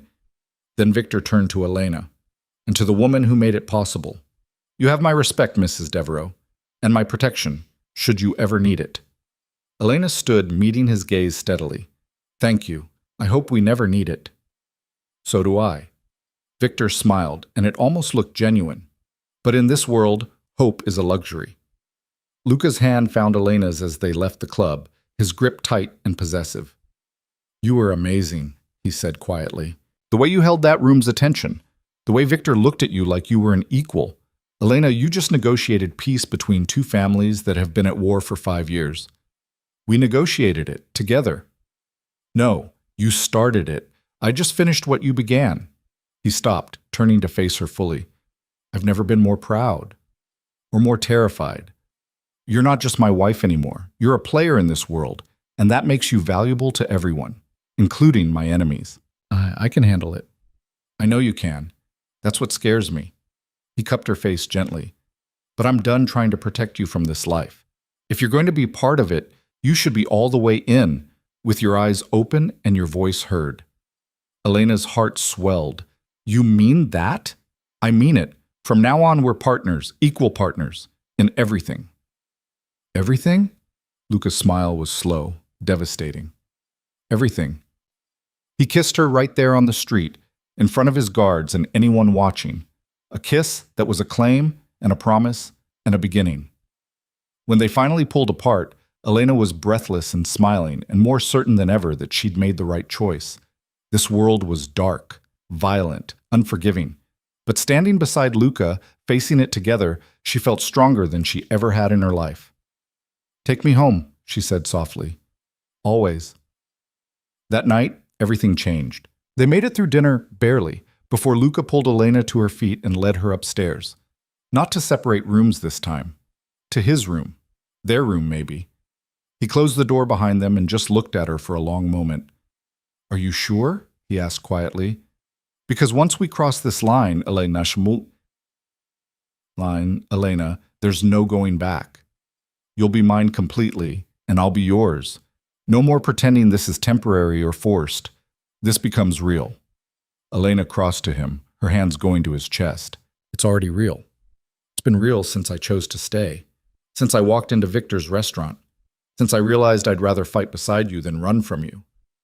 Elena, I love you. The words came out strong, clear, true. I don't know when it happened. Maybe when you showed mercy to Marcus. Maybe when you held me while you slept. Maybe it's been growing since the moment you looked at me at that altar, like I was something worth cherishing. But I love you, Luca. All of you. The monster, and the man, the killer, and the protector. All of it. Luca's breath caught. His hands came up to frame her face, and his eyes were bright with something that looked like tears. I've loved you since the moment I saw you help that woman, he said roughly. I've loved you through 3 years of watching you be kind in a cruel world. I've loved you through every second of this marriage, even when you hated me, and I'll love you for the rest of my life, Elena. However long or short that is. Then show me. He kissed her like a drowning man finding air, like she was salvation and sin and everything in between. And Elena kissed him back with everything she had, pouring years of invisibility and loneliness and fear into the kiss, transforming it all into this. Into choosing him, into loving him, into becoming his completely. And when they finally fell into bed together, when Luca made love to her with a tenderness that made her cry and a passion that set her on fire, Elena knew she'd found something she hadn't even known she was searching for. Home. Not in a place or a person, but in the choice to love someone broken and let them love you back. In the decision to see past the monster to the man underneath.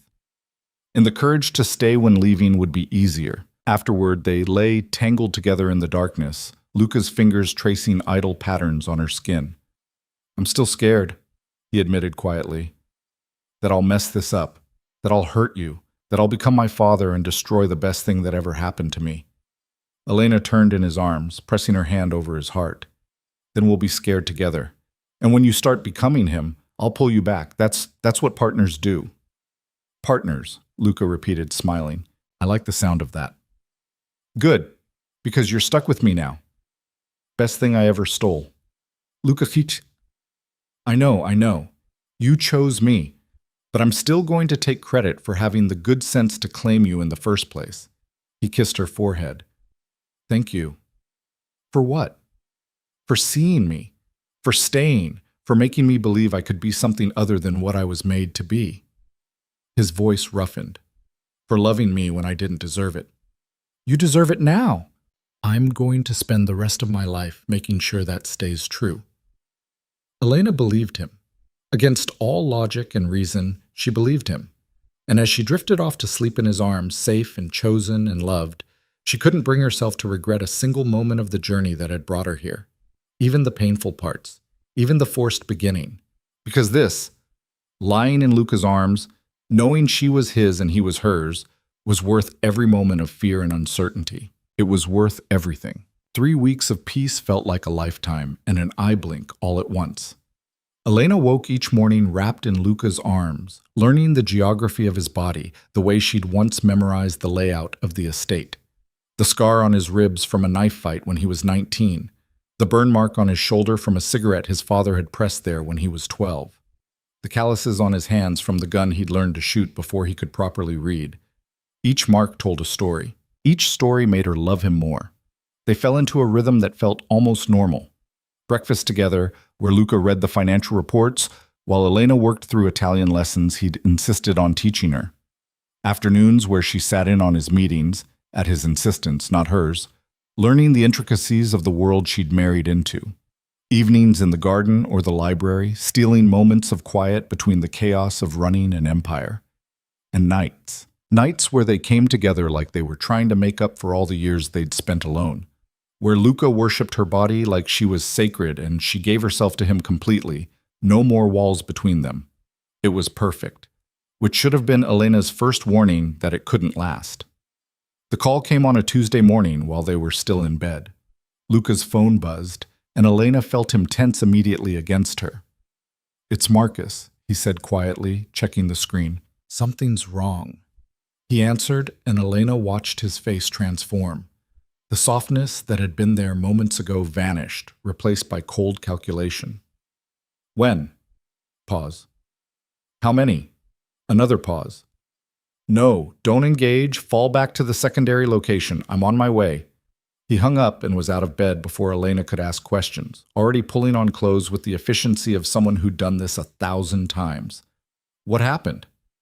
"The Castellanos hit one of our warehouses. They took the entire shipment, $2 million in merchandise, and killed 3 of our guards." Luca's voice was flat, controlled. But Elena could see the fury simmering beneath. "This is a declaration of war." Elena's blood ran cold. "The Castellanos?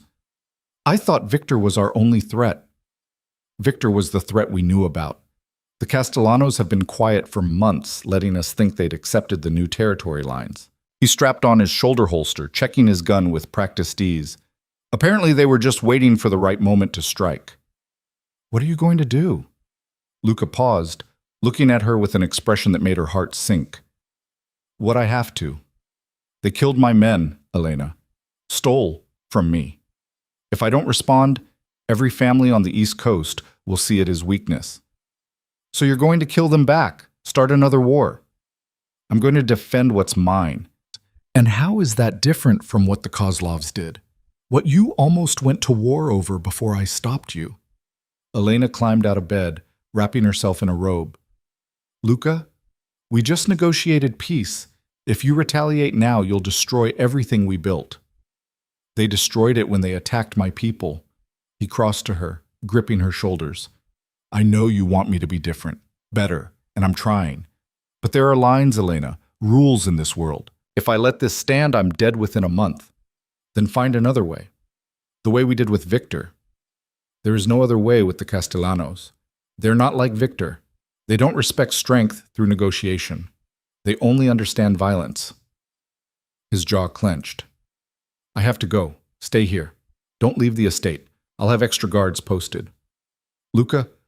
But he was already kissing her, hard, desperate, like it might be the last time. I love you, he said against her lips. No matter what happens, remember that. Then he was gone, leaving Elena alone with a sick feeling of dread in her stomach. She tried to follow his orders. Really, she did. She stayed in the estate, paced the rooms they'd shared, attempted to read and couldn't focus on a single word. Mrs. Harlow brought her lunch that she didn't eat. Guards checked on her every hour. But by afternoon, Elena couldn't take it anymore. She needed to know what was happening, needed to see if Luca was okay. She found James in his garage, the young driver who'd taken her to Victor's restaurant. I need you to take me into the city, she said.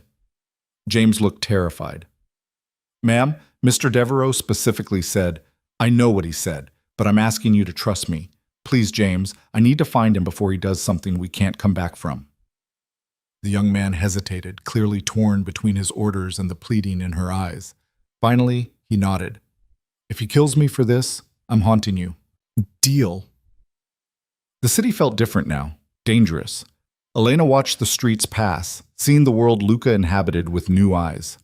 The restaurants and clubs that laundered money. The warehouses that stored illegal shipments. The people on the corners who reported to someone who reported to someone who eventually reported to her husband. This was his kingdom, built on blood and fear and careful negotiation. And she was about to walk into the heart of it. James took her to an industrial area on the waterfront. Abandoned buildings and rusted shipping containers. The kind of place where bad things happened and no one asked questions. He's in there, James said, pointing to a warehouse with blacked-out windows. But ma'am, I really don't think... Stay with the car. If I'm not back in 30 minutes, call Mrs. Harlow. Elena stepped out before he could argue, her heart pounding as she approached the warehouse. 2 guards stood at the entrance, both stiffening as they saw her. Mrs. Devereaux. The taller one looked panicked. You shouldn't be here. Where's my husband? Inside, but then that's where I need to be. She pushed past them before they could stop her, stepping into a warehouse that smelled like oil and fear and something copper-sweet that made her stomach turn. Blood. The space was vast and dimly lit. In the center, surrounded by Luca's men, 3 men knelt on the concrete floor, bound, beaten. Castellano soldiers, Elena guessed from the terror in their eyes. And standing over them, gun in hand, was Luca. He looked like a different person, cold, detached. The monster Elena had been so afraid of when they first met. He was speaking in Italian. Words Elena had learned enough to understand were threats, promises of pain, demands for information. Luca. Her voice cut through the warehouse like a gunshot. Every head turned. Luca's eyes widened in shock, then fury. Elena, what the hell are you doing here? Stopping you from making a mistake. He crossed to her in 3 strides, gripping her arm and pulling her toward the door. Away from his men, away from the prisoners who were watching with desperate hope. You need to leave, now. You can't be here for this. For what? For you executing these men? For you becoming exactly what your father wanted? Elena pulled free of his grip. I won't watch you destroy yourself.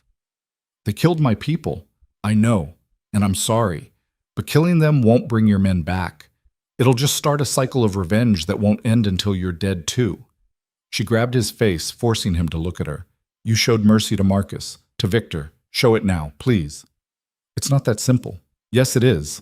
You choose mercy or you choose violence. You choose the man I fell in love with or you choose the monster your father made. It's always a choice, Luca. One of his men approached cautiously. Boss, what do you want us to do? Luca stared at Elena for a long moment, his jaw working. She could see the war in his eyes, between the man he'd been trained to be and the man he was trying to become. Let them go, he said finally. Silence. shock rippling through his men. "Boss, I said let them go, but first—" Luca turned to the kneeling men, his voice dropping to something deadly quiet. "You tell Antonio Castellano that I'm giving him one chance. One. He returns what he stole, pays double the value as compensation, and we forget this happened. Or—" He crouched in front of the nearest prisoner. "I stop listening to my wife and show him what real war looks like. You have 24 hours. Go." His men cut the prisoner's bonds. They scrambled to their feet and ran, barely believing their luck. When they were gone, Luca turned back to Elena. "You have no idea what you just did. I saved you from becoming someone you'd hate. No, you made me look weak in front of my men. You undermined my authority. You—" He stopped, running a hand through his hair in frustration. "You're right. You're absolutely right, and I hate it." Elena stepped closer, her hand finding his chest. "I know this is hard. I know every instinct you have is telling you to fight back. But Luca, we can't keep solving problems with violence. Eventually, it'll destroy us both. They might not take the deal. They might come back harder. Then we'll deal with it, together. But at least we'll have tried to be better first." Luca pulled her into his arms, holding her so tight it almost hurt. "You scare the hell out of me, you know that? Good. Someone needs to keep you honest." He laughed despite himself, pressing a kiss to her hair. "Let's go home, before you convince me to give away the whole empire." "Not the whole empire. Just the parts that require murder. So, most of it. We'll work on it." They rode back to the estate in tense silence. Luca held Elena's hand the entire way, his grip tight enough to bruise. She could feel the conflict radiating off him, gratitude and resentment and fear all tangled together. When they arrived, he dismissed everyone and pulled Elena into his office, closing the door firmly behind them. "We need to talk about this," he said quietly. "About you showing up at my operations. About you making decisions that affect my business. About me being your partner instead of just your wife," Elena finished. "Because that's what you said you wanted. Equal partners in everything." "I know what I said. But Elena, there are things in my world, ugly things, that I don't want you touched by, that I need to protect you from. You can't protect me from your world when I'm living in it, when I'm married to you, when I love you." She crossed to him, her voice softening. "I know you want to keep me separate from the violence, but Luca, we're past that. I've negotiated with Victor. I've watched you nearly go to war twice. I've seen the bodies, the blood. I can't unsee it now. I never wanted this for you." "I know, but it's what we have. So we either face it together or we let it tear us apart." Elena took his hands in hers. "I'm not asking you to give up everything. I'm just asking you to let me help you navigate it, to be the voice that pulls you back from the edge when you're about to do something you'll regret." Luca was quiet for a long moment, studying their joined hands. "My father used to say that love was a weapon, that caring about someone gave your enemies a target. And every day I wake up terrified that he was right, that loving you is going to get you killed. Or loving me is going to keep you alive, keep you human." Elena squeezed his hands. "Your father was wrong about a lot of things. Maybe he was wrong about that too." "Maybe." Luca pulled her close, resting his forehead against hers. "The Castellanos have until tomorrow night to respond. If they don't take the deal, then we'll figure out what comes next, together." "Together," he agreed. "But Elena, promise me something. If things go bad, if this turns into a real war, you'll let me send you somewhere safe. You'll let me protect you. Only if you promise to come with me. I'm not surviving this world without you." "Deal." They sealed it with a kiss that tasted like promises neither was sure they could keep. The next 24 hours crawled by like torture. Elena watched Luca pace the estate, checking his phone every few minutes, having terse conversations with his lieutenants. The guards doubled, then tripled. The estate transformed back into the fortress it had been when Elena first arrived, all soft edges stripped away. She tried to stay calm, failed miserably.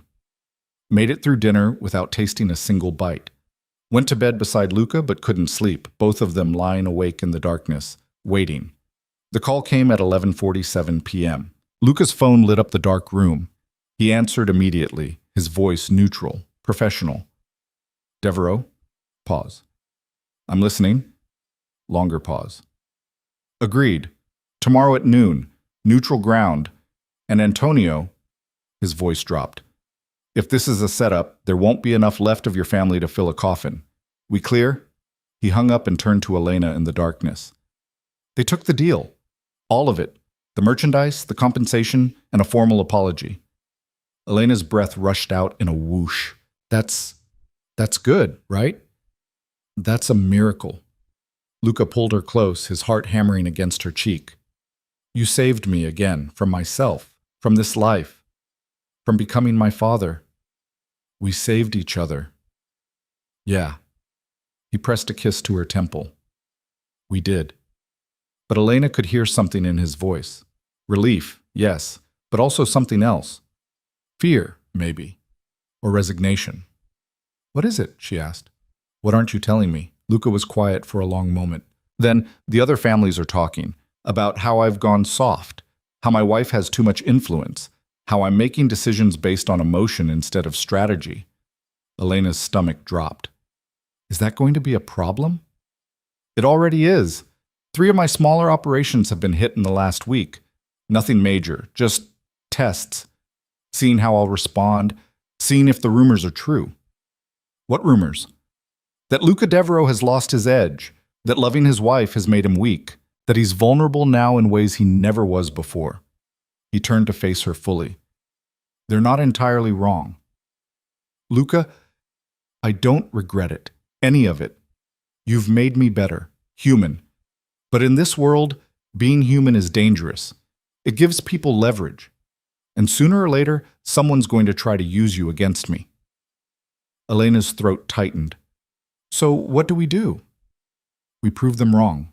We show them that mercy isn't weakness, that being human doesn't make me vulnerable. It makes me unpredictable, harder to read, more dangerous than I ever was before. His hand found her face in the darkness. But Elena, that means you have to be strong, visible, a partner in every sense. Not hidden away like a weakness, but standing beside me like the asset you are. You want me to be part of your operations, officially. I want you to be what you already are, my equal, my conscience, the thing that makes me better. He kissed her softly, but only if you want it. I won't force you into this life more than I already have.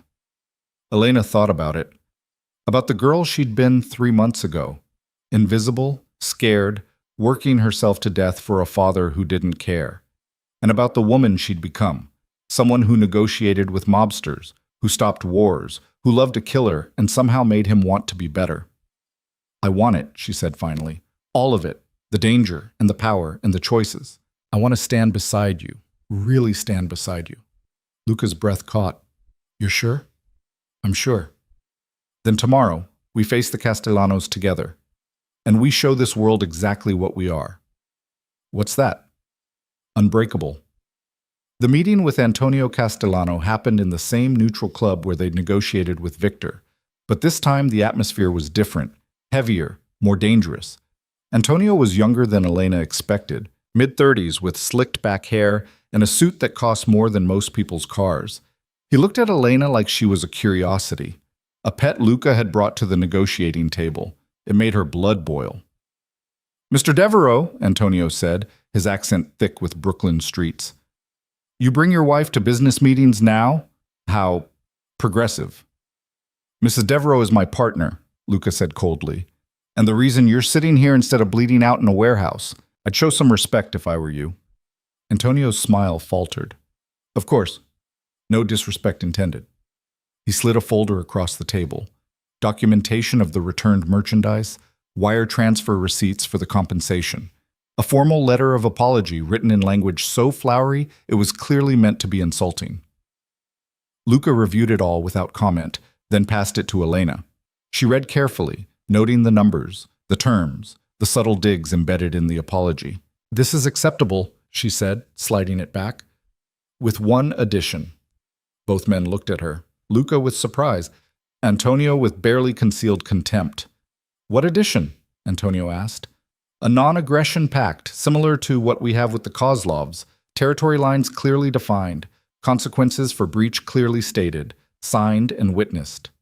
Elena's voice was steady, clear. You pay compensation for this incident, but going forward, we have peace, real peace. Or we have war. That wasn't part of the deal. It is now. Luca's voice was sharp. My wife makes a good point. This hit-and-run nonsense ends today. We either establish boundaries and respect them, or we settle this the old way. Your choice. Antonio's jaw worked.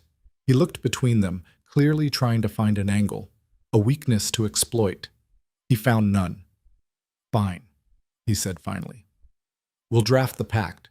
But understand something, Devereaux. Not everyone sees your new partnership as strength. Some of us remember when you ruled through fear, not negotiation. And some of you remember what happened to the last person who threatened what I love, Luca said quietly. Ask the Kozlovs about their 12 dead soldiers.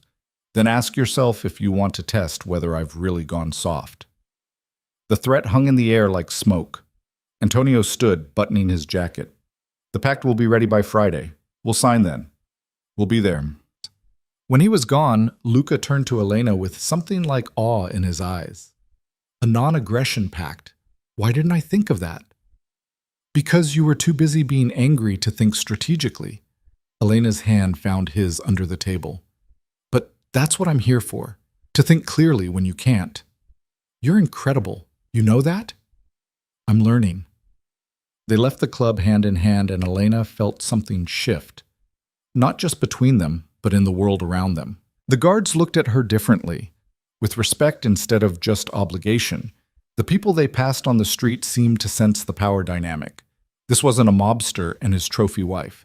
This was a partnership, something to be feared and respected in equal measure. I need to tell you something, Luca said as they drove home. Something I've been putting off because I didn't want to burden you with it. Elena's stomach tightened. What?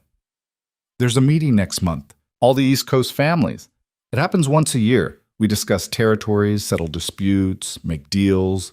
And this year, because of everything that's happened, all eyes are going to be on us.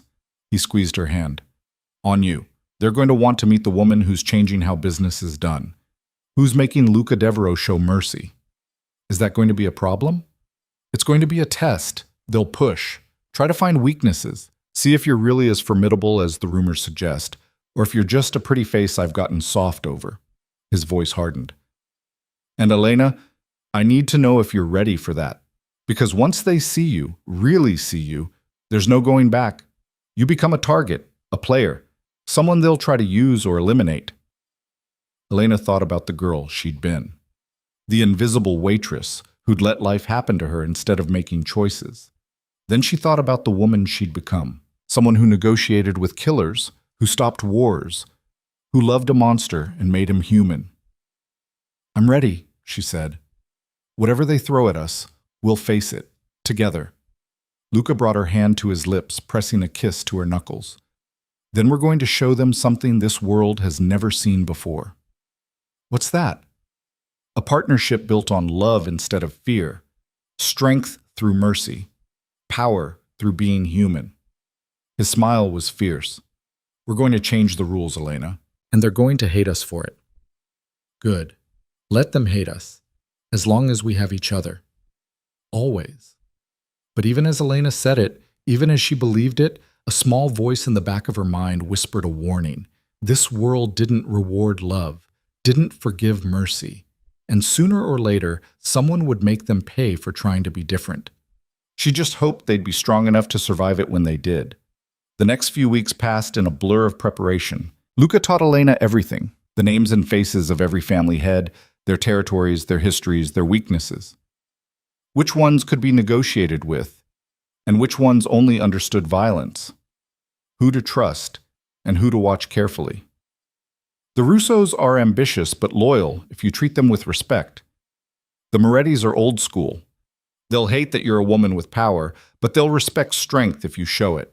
And the Salvatores, Luca's expression darkened. Stay away from Dominic Salvatore. He's dangerous in ways that have nothing to do with business. What do you mean?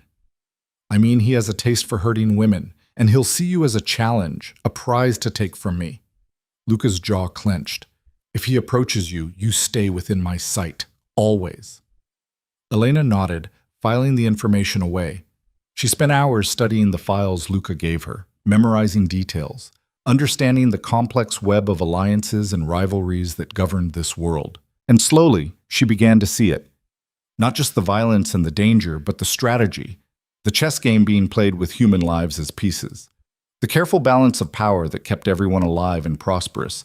It was brutal, unforgiving, but there was a terrible beauty to it too. She was starting to understand why Luca had never been able to walk away.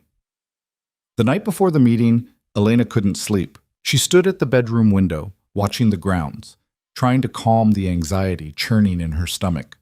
Luca found her there, wrapping his arms around her from behind. Having second thoughts? Terrified thoughts, Elena admitted. What if I mess this up? What if I say the wrong thing and start a war we can't win? Then we'll deal with it, together. He pressed a kiss to her shoulder. But Elena, you've already proven you can handle these people.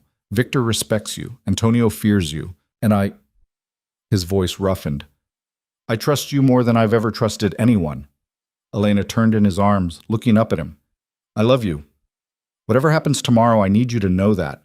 You've given me a life I never imagined. Purpose, power, a partnership that makes me feel strong instead of small, and I'm grateful, even for the terrifying parts. Luca's eyes were bright with emotion. I love you too. More than I thought I was capable of, more than I knew was possible.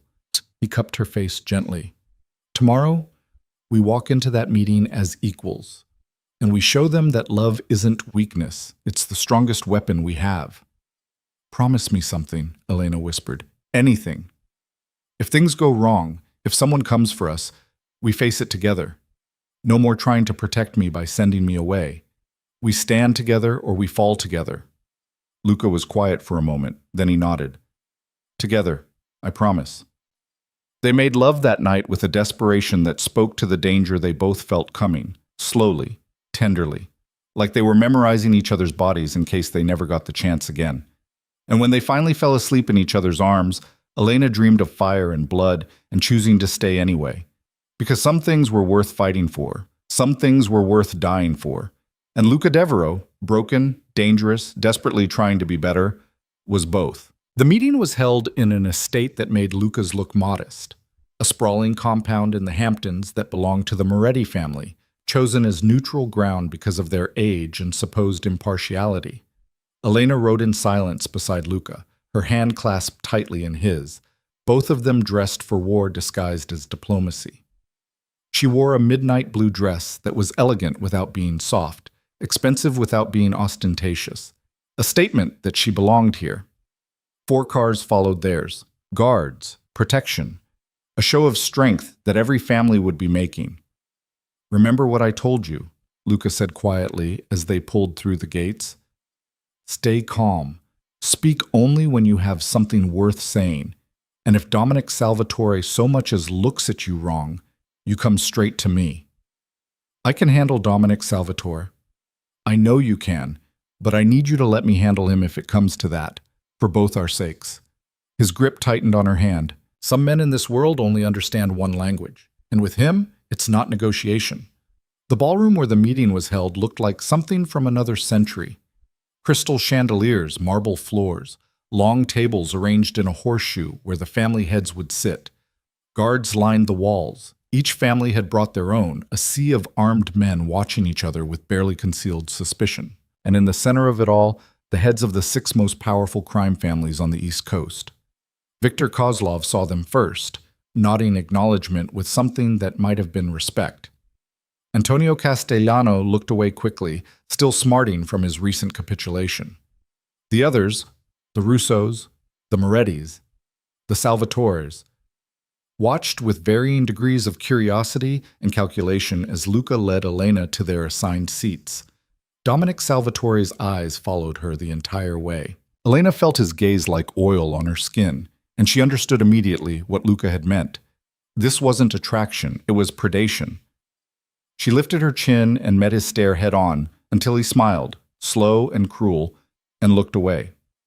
First test passed. The meeting began with formalities. Old business. Territory disputes that had been settled, payments that had been made, the usual dance of men pretending civilization while discussing violence. Elena sat beside Luca, taking it all in, watching the power dynamics, seeing who deferred to whom, who held grudges, who was looking for allies. It was fascinating and terrifying in equal measure. Then Leonardo Moretti, the oldest of the family heads, cleared his throat and turned his attention to Luca. "We should address the elephant in the room," he said, his voice carrying the weight of 70 years in this life. "The Devereaux family has undergone some changes recently, changes that have affected how business is conducted. I think we all deserve an explanation." "What explanation do you need?" Luca's voice was calm, controlled. "I've honored all agreements, maintained my territories, resolved disputes without unnecessary bloodshed. My business is stronger than ever." "Your business," Dominic Salvatore drawled, "is being run by your wife. From what we hear, she's the one making decisions now, convincing you to show mercy, negotiating treaties." His eyes slid to Elena. "Tell me, Mrs.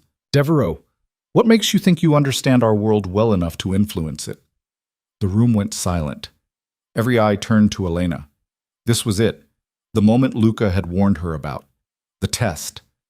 She could feel Luca tense beside her, ready to defend her, but she put her hand on his arm gently. A signal. "Let me handle this." "I don't presume to understand your world completely," Elena said, her voice steady and clear. "I've only been part of it for a few months, but I understand enough to see that strength doesn't only come from violence. Sometimes it comes from knowing when not to kill, when to negotiate instead of escalate, when to turn an enemy into an ally instead of a corpse." "Pretty words," Dominic said, "but they sound like weakness dressed up as wisdom." "Then explain why the Kozlovs and the Castellanos both agreed to peace treaties when they could have had war. Explain why Luca's operations are more profitable now than they were a year ago, with fewer casualties and less heat from law enforcement." She leaned forward slightly. "I'm not trying to change who any of you are. I'm just showing my husband that there's more than one way to be strong. And if that bothers you, Mr. Salvatore, perhaps you should ask yourself why." Dominic's smile turned dangerous. "Perhaps I should ask your husband if he's comfortable letting his woman speak for him." "Elena speaks for herself," Luca said quietly, "and she speaks the truth. My operations are stronger. My alliance is more stable. My position more secure. All because she convinced me that mercy isn't weakness, it's strategy. Show kindness where you can and people remember. They become loyal instead of just afraid. And loyalty is worth more than fear any day." "Loyalty can be bought with strength," one of the Russo brothers interjected. "Your father understood that." "My father is dead," Luca said flatly. "Killed by men he thought feared him enough to stay loyal. Turns out fear has a shelf life. But respect, real respect, lasts." He stood, and Elena stood with him. "I'm not my father. I'm not interested in ruling through terror or intimidation. I'm interested in building something that lasts, something sustainable. And if that makes me weak in your eyes, then so be it. But I invite any of you to test that weakness. See how well it works out." The threat hung in the air, unspoken but unmistakable. Leonardo Moretti chuckled, a dry, raspy sound. "Sit down, Devereaux. No one's challenging you. Yet." He looked around the table. "Though I admit I'm curious to see if this new approach works long-term, or if it gets you both killed." "We'll take that risk," Elena said, sitting back down. Luca followed her lead. The meeting continued for another 2 hours, more business, more negotiations. But Elena could feel the shift. Some of the men were watching her with respect now, others with calculation. All of them were reassessing what the Devereaux family represented. When it finally ended, Victor Kozlov approached them as they were leaving. "That was well done," he said quietly. "You made them think. That's more than most achieve at these gatherings." "Thank you," Elena said. "A word of warning, though." Victor's expression turned serious. "Dominic Salvatore doesn't forget slights. And you just made him look foolish in front of his peers. Watch your back." "We will," Luca said, his hand finding Elena's. "Thanks for the heads up." They made it to the car without incident, both exhaling in relief once they were safely inside. "You were incredible," Luca said, pulling her close. "The way you stood up to Dominic, the way you articulated exactly what we've been trying to build. Elena, you just changed the conversation for every family at that table. I just told the truth. The truth is dangerous in this world, but you made it powerful. He kissed her softly. I'm so proud of you. Elena leaned into him, feeling the adrenaline slowly drain away. Victor was right, though. Dominic is going to come for us. I saw it in his eyes. Let him try. We'll be ready. But as they drove home through the fading daylight, Elena couldn't shake the feeling that something terrible was coming, that they'd passed one test only to trigger a harder one. She just didn't know how right she was. The attack came 3 days later, and it came when they were most vulnerable. Elena and Luca had gone into the city for dinner, a rare night out, just the two of them, trying to pretend they were a normal couple for a few hours. They'd left most of the guards at the estate, taking only 2 cars of security. A calculated risk that Luca had assured her was safe. He'd been wrong. They were driving through a quiet neighborhood when the first shots rang out. The car in front of them exploded in a ball of fire, flipping end over end. The car behind them swerved, taking fire from both sides. Down! Luca shoved Elena to the floor, covering her body with his as bullets tore through the windows. Glass rained down on them. Their driver was hit, slumping forward onto the horn. The car veered wildly, jumping the curb and slamming into a building. The impact threw Elena forward despite Luca's grip, her head cracking against the seat in front of her. Stars exploded across her vision. Elena! Luca's voice sounded distant, muffled. Elena, talk to me. I'm okay, she managed, though her head was screaming and she could taste blood. I'm okay. Luca kicked out the shattered window and pulled her through it, half carrying her into the cover of the building. Gunfire echoed all around them. Screams, the sound of engines and running feet. How many? Luca shouted at one of his guards, who'd taken cover nearby. At least 12, maybe more. They've got us surrounded. Luca cursed viciously, checking Elena over for injuries. Blood ran down her face from a cut on her forehead, and her shoulder ached where she'd hit it, but nothing felt broken. We need to move, Luca said. Get to the secondary extraction point. Can you run? Yes.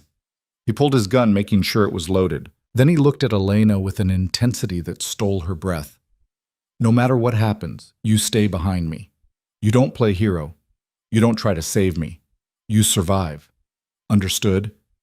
Luca, promise me, Elena. Promise me you'll survive this. She wanted to argue, wanted to say they'd both survive or neither would, but the look in his eyes stopped her. I promise.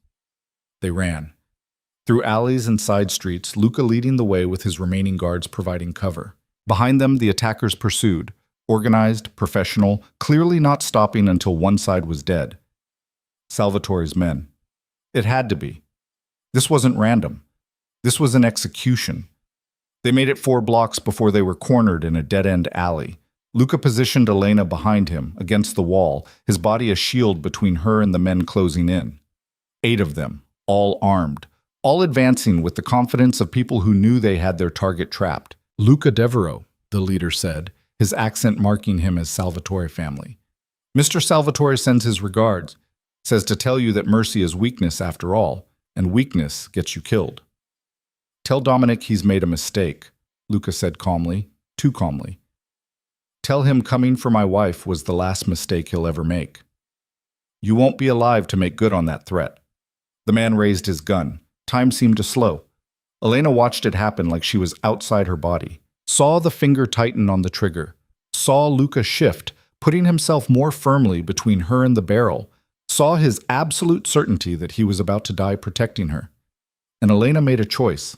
She stepped out from behind him, raising her hands. Wait! Her voice cut through the alley. Wait! Don't shoot! Elena, what are you...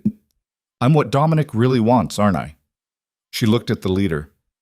The woman who embarrassed him, who spoke back, who changed the rules.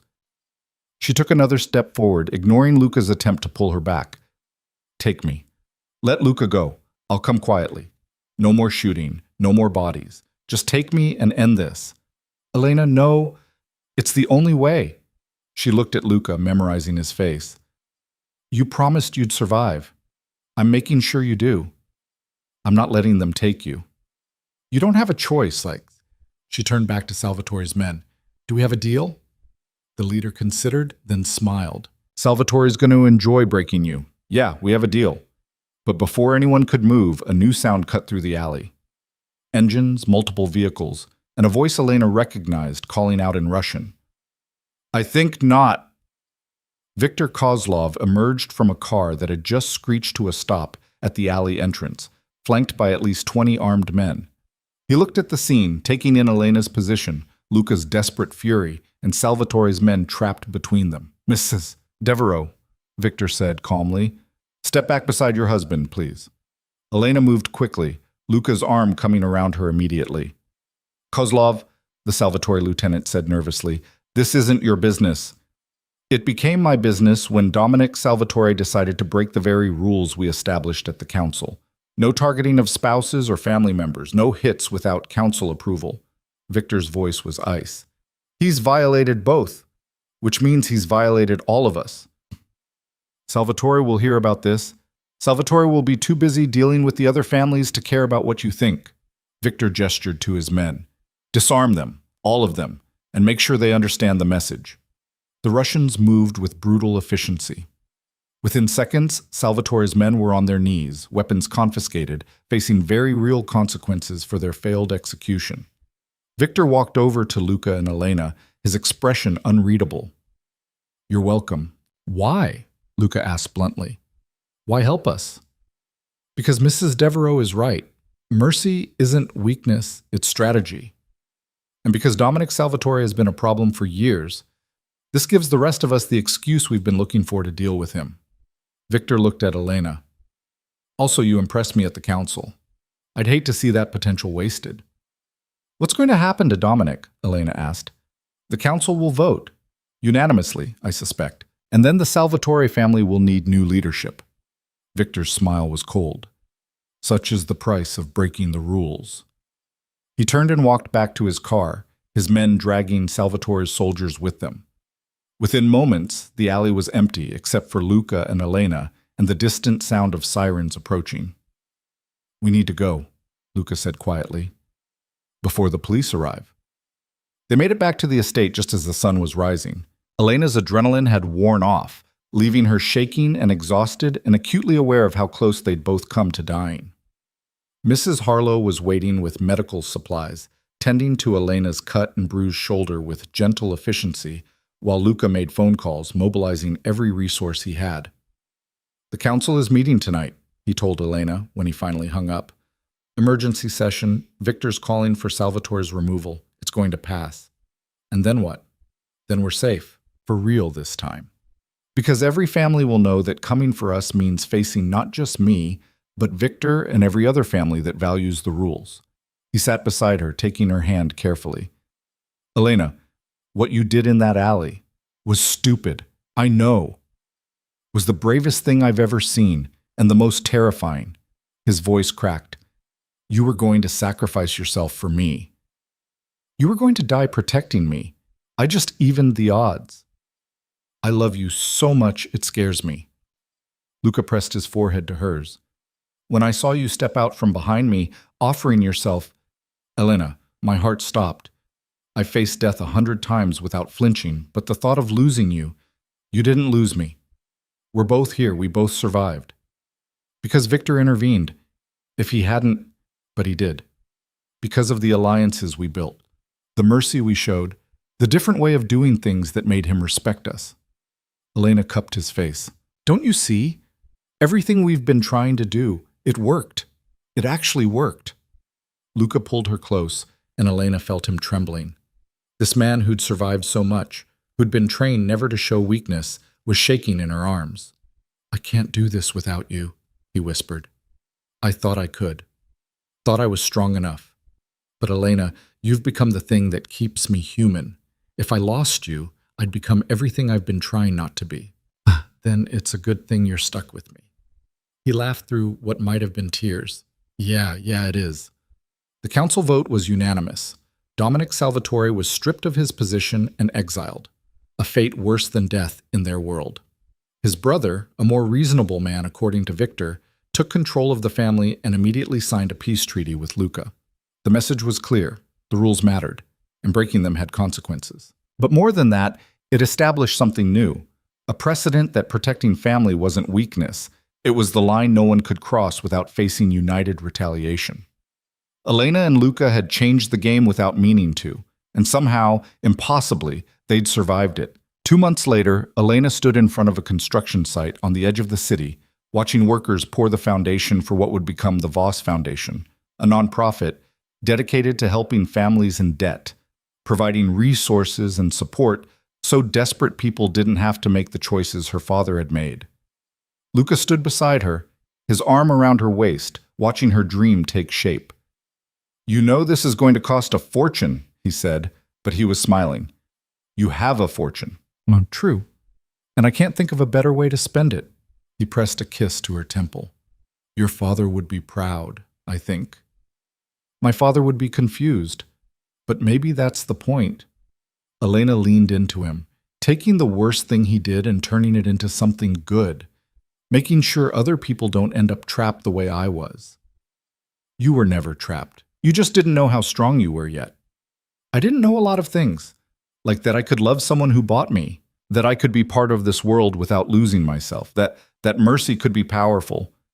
She turned in his arms, looking up at him. "You taught me all of that."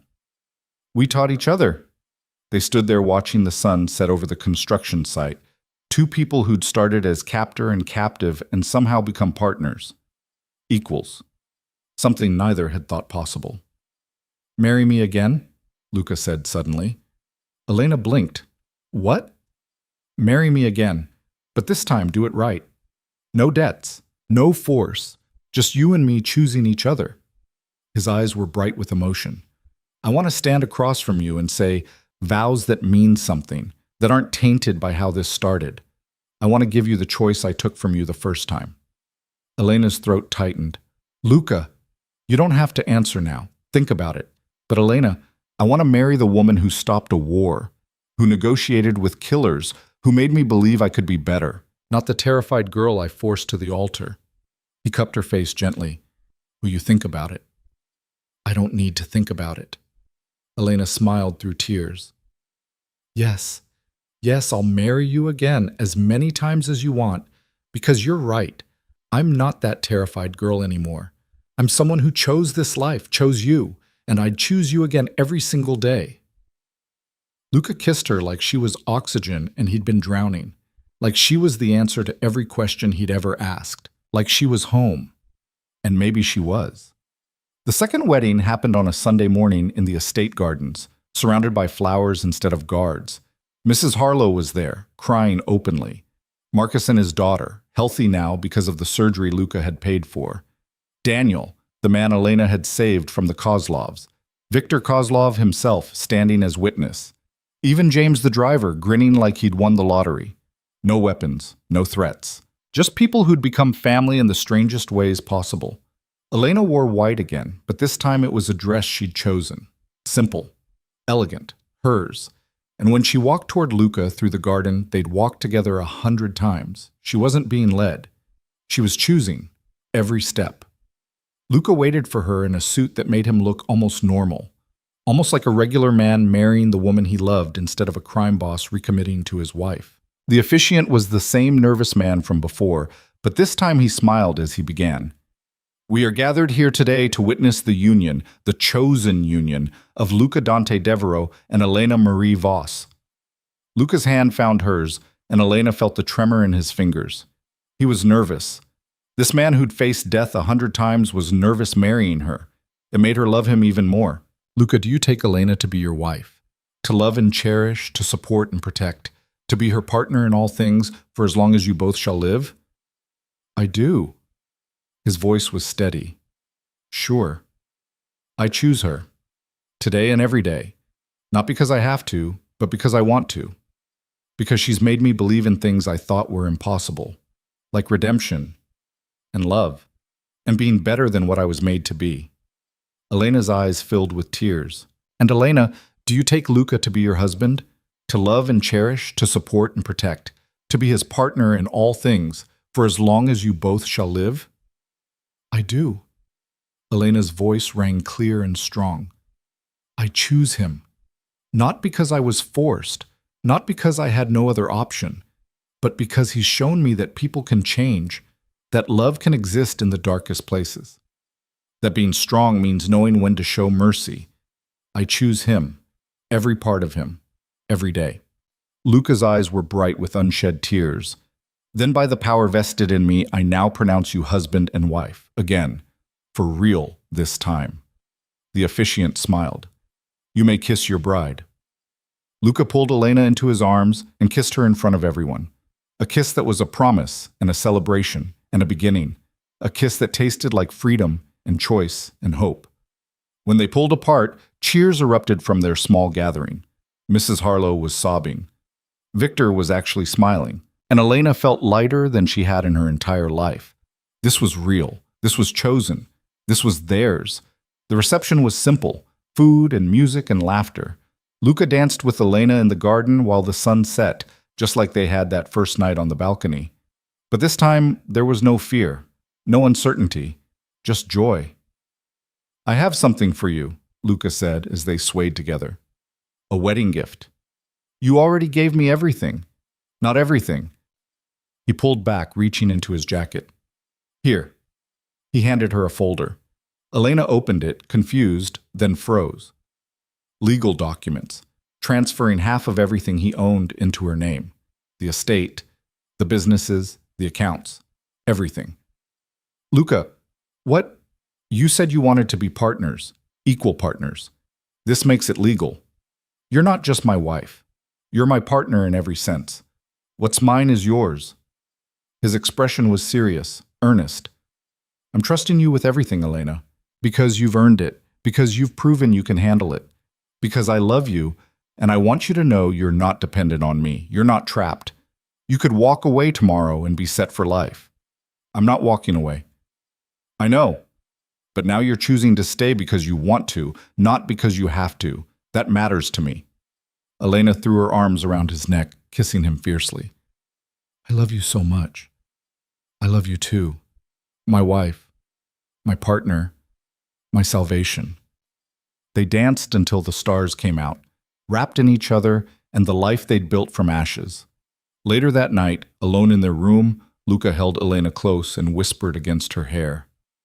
Thank you. For what? For seeing me, for staying, for making me believe I could be more than what I was. His voice was rough with emotion. For loving me when I didn't deserve it and making me want to deserve it. You deserve it now, Elena said firmly. You deserve everything. Happiness, peace, love, all of it. So do you. Then I guess we're lucky we found each other. Luck had nothing to do with it. You walked into my life and changed everything, made me question everything, made me want to be better. He kissed her softly. You saved me, Elena.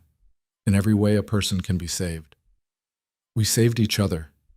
And they had. The girl who'd been invisible had found her voice. The monster who'd been trained to feel nothing had learned to love. Together, they'd built something impossible. A partnership forged in darkness, but chosen in light. A love that had started with force, but become the freest thing either had ever known. They'd changed the rules of their world, proven that mercy could be strength, that love could exist in the darkest places, that people could choose to be better than what they were made to be. And as Elena drifted off to sleep in Luca's arms, she thought about the girl she'd been 4 months ago, terrified, alone, trapped by her father's debts. That girl wouldn't recognize the woman she'd become, the woman who negotiated with killers, who stopped wars, who stood beside a crime boss as an equal and made him believe in redemption.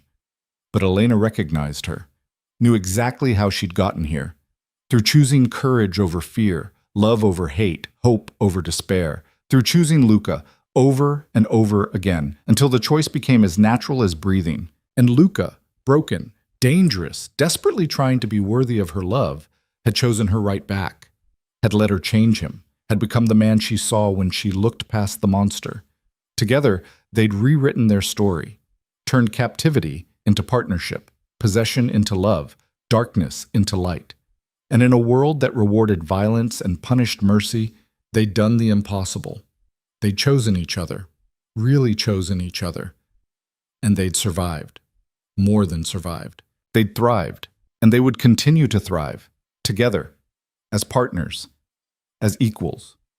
as two broken souls who'd found wholeness in each other. For as long as they both shall live. The debt that became a marriage had become something neither could have imagined. It had become love, real, chosen, unbreakable love, and that was worth everything.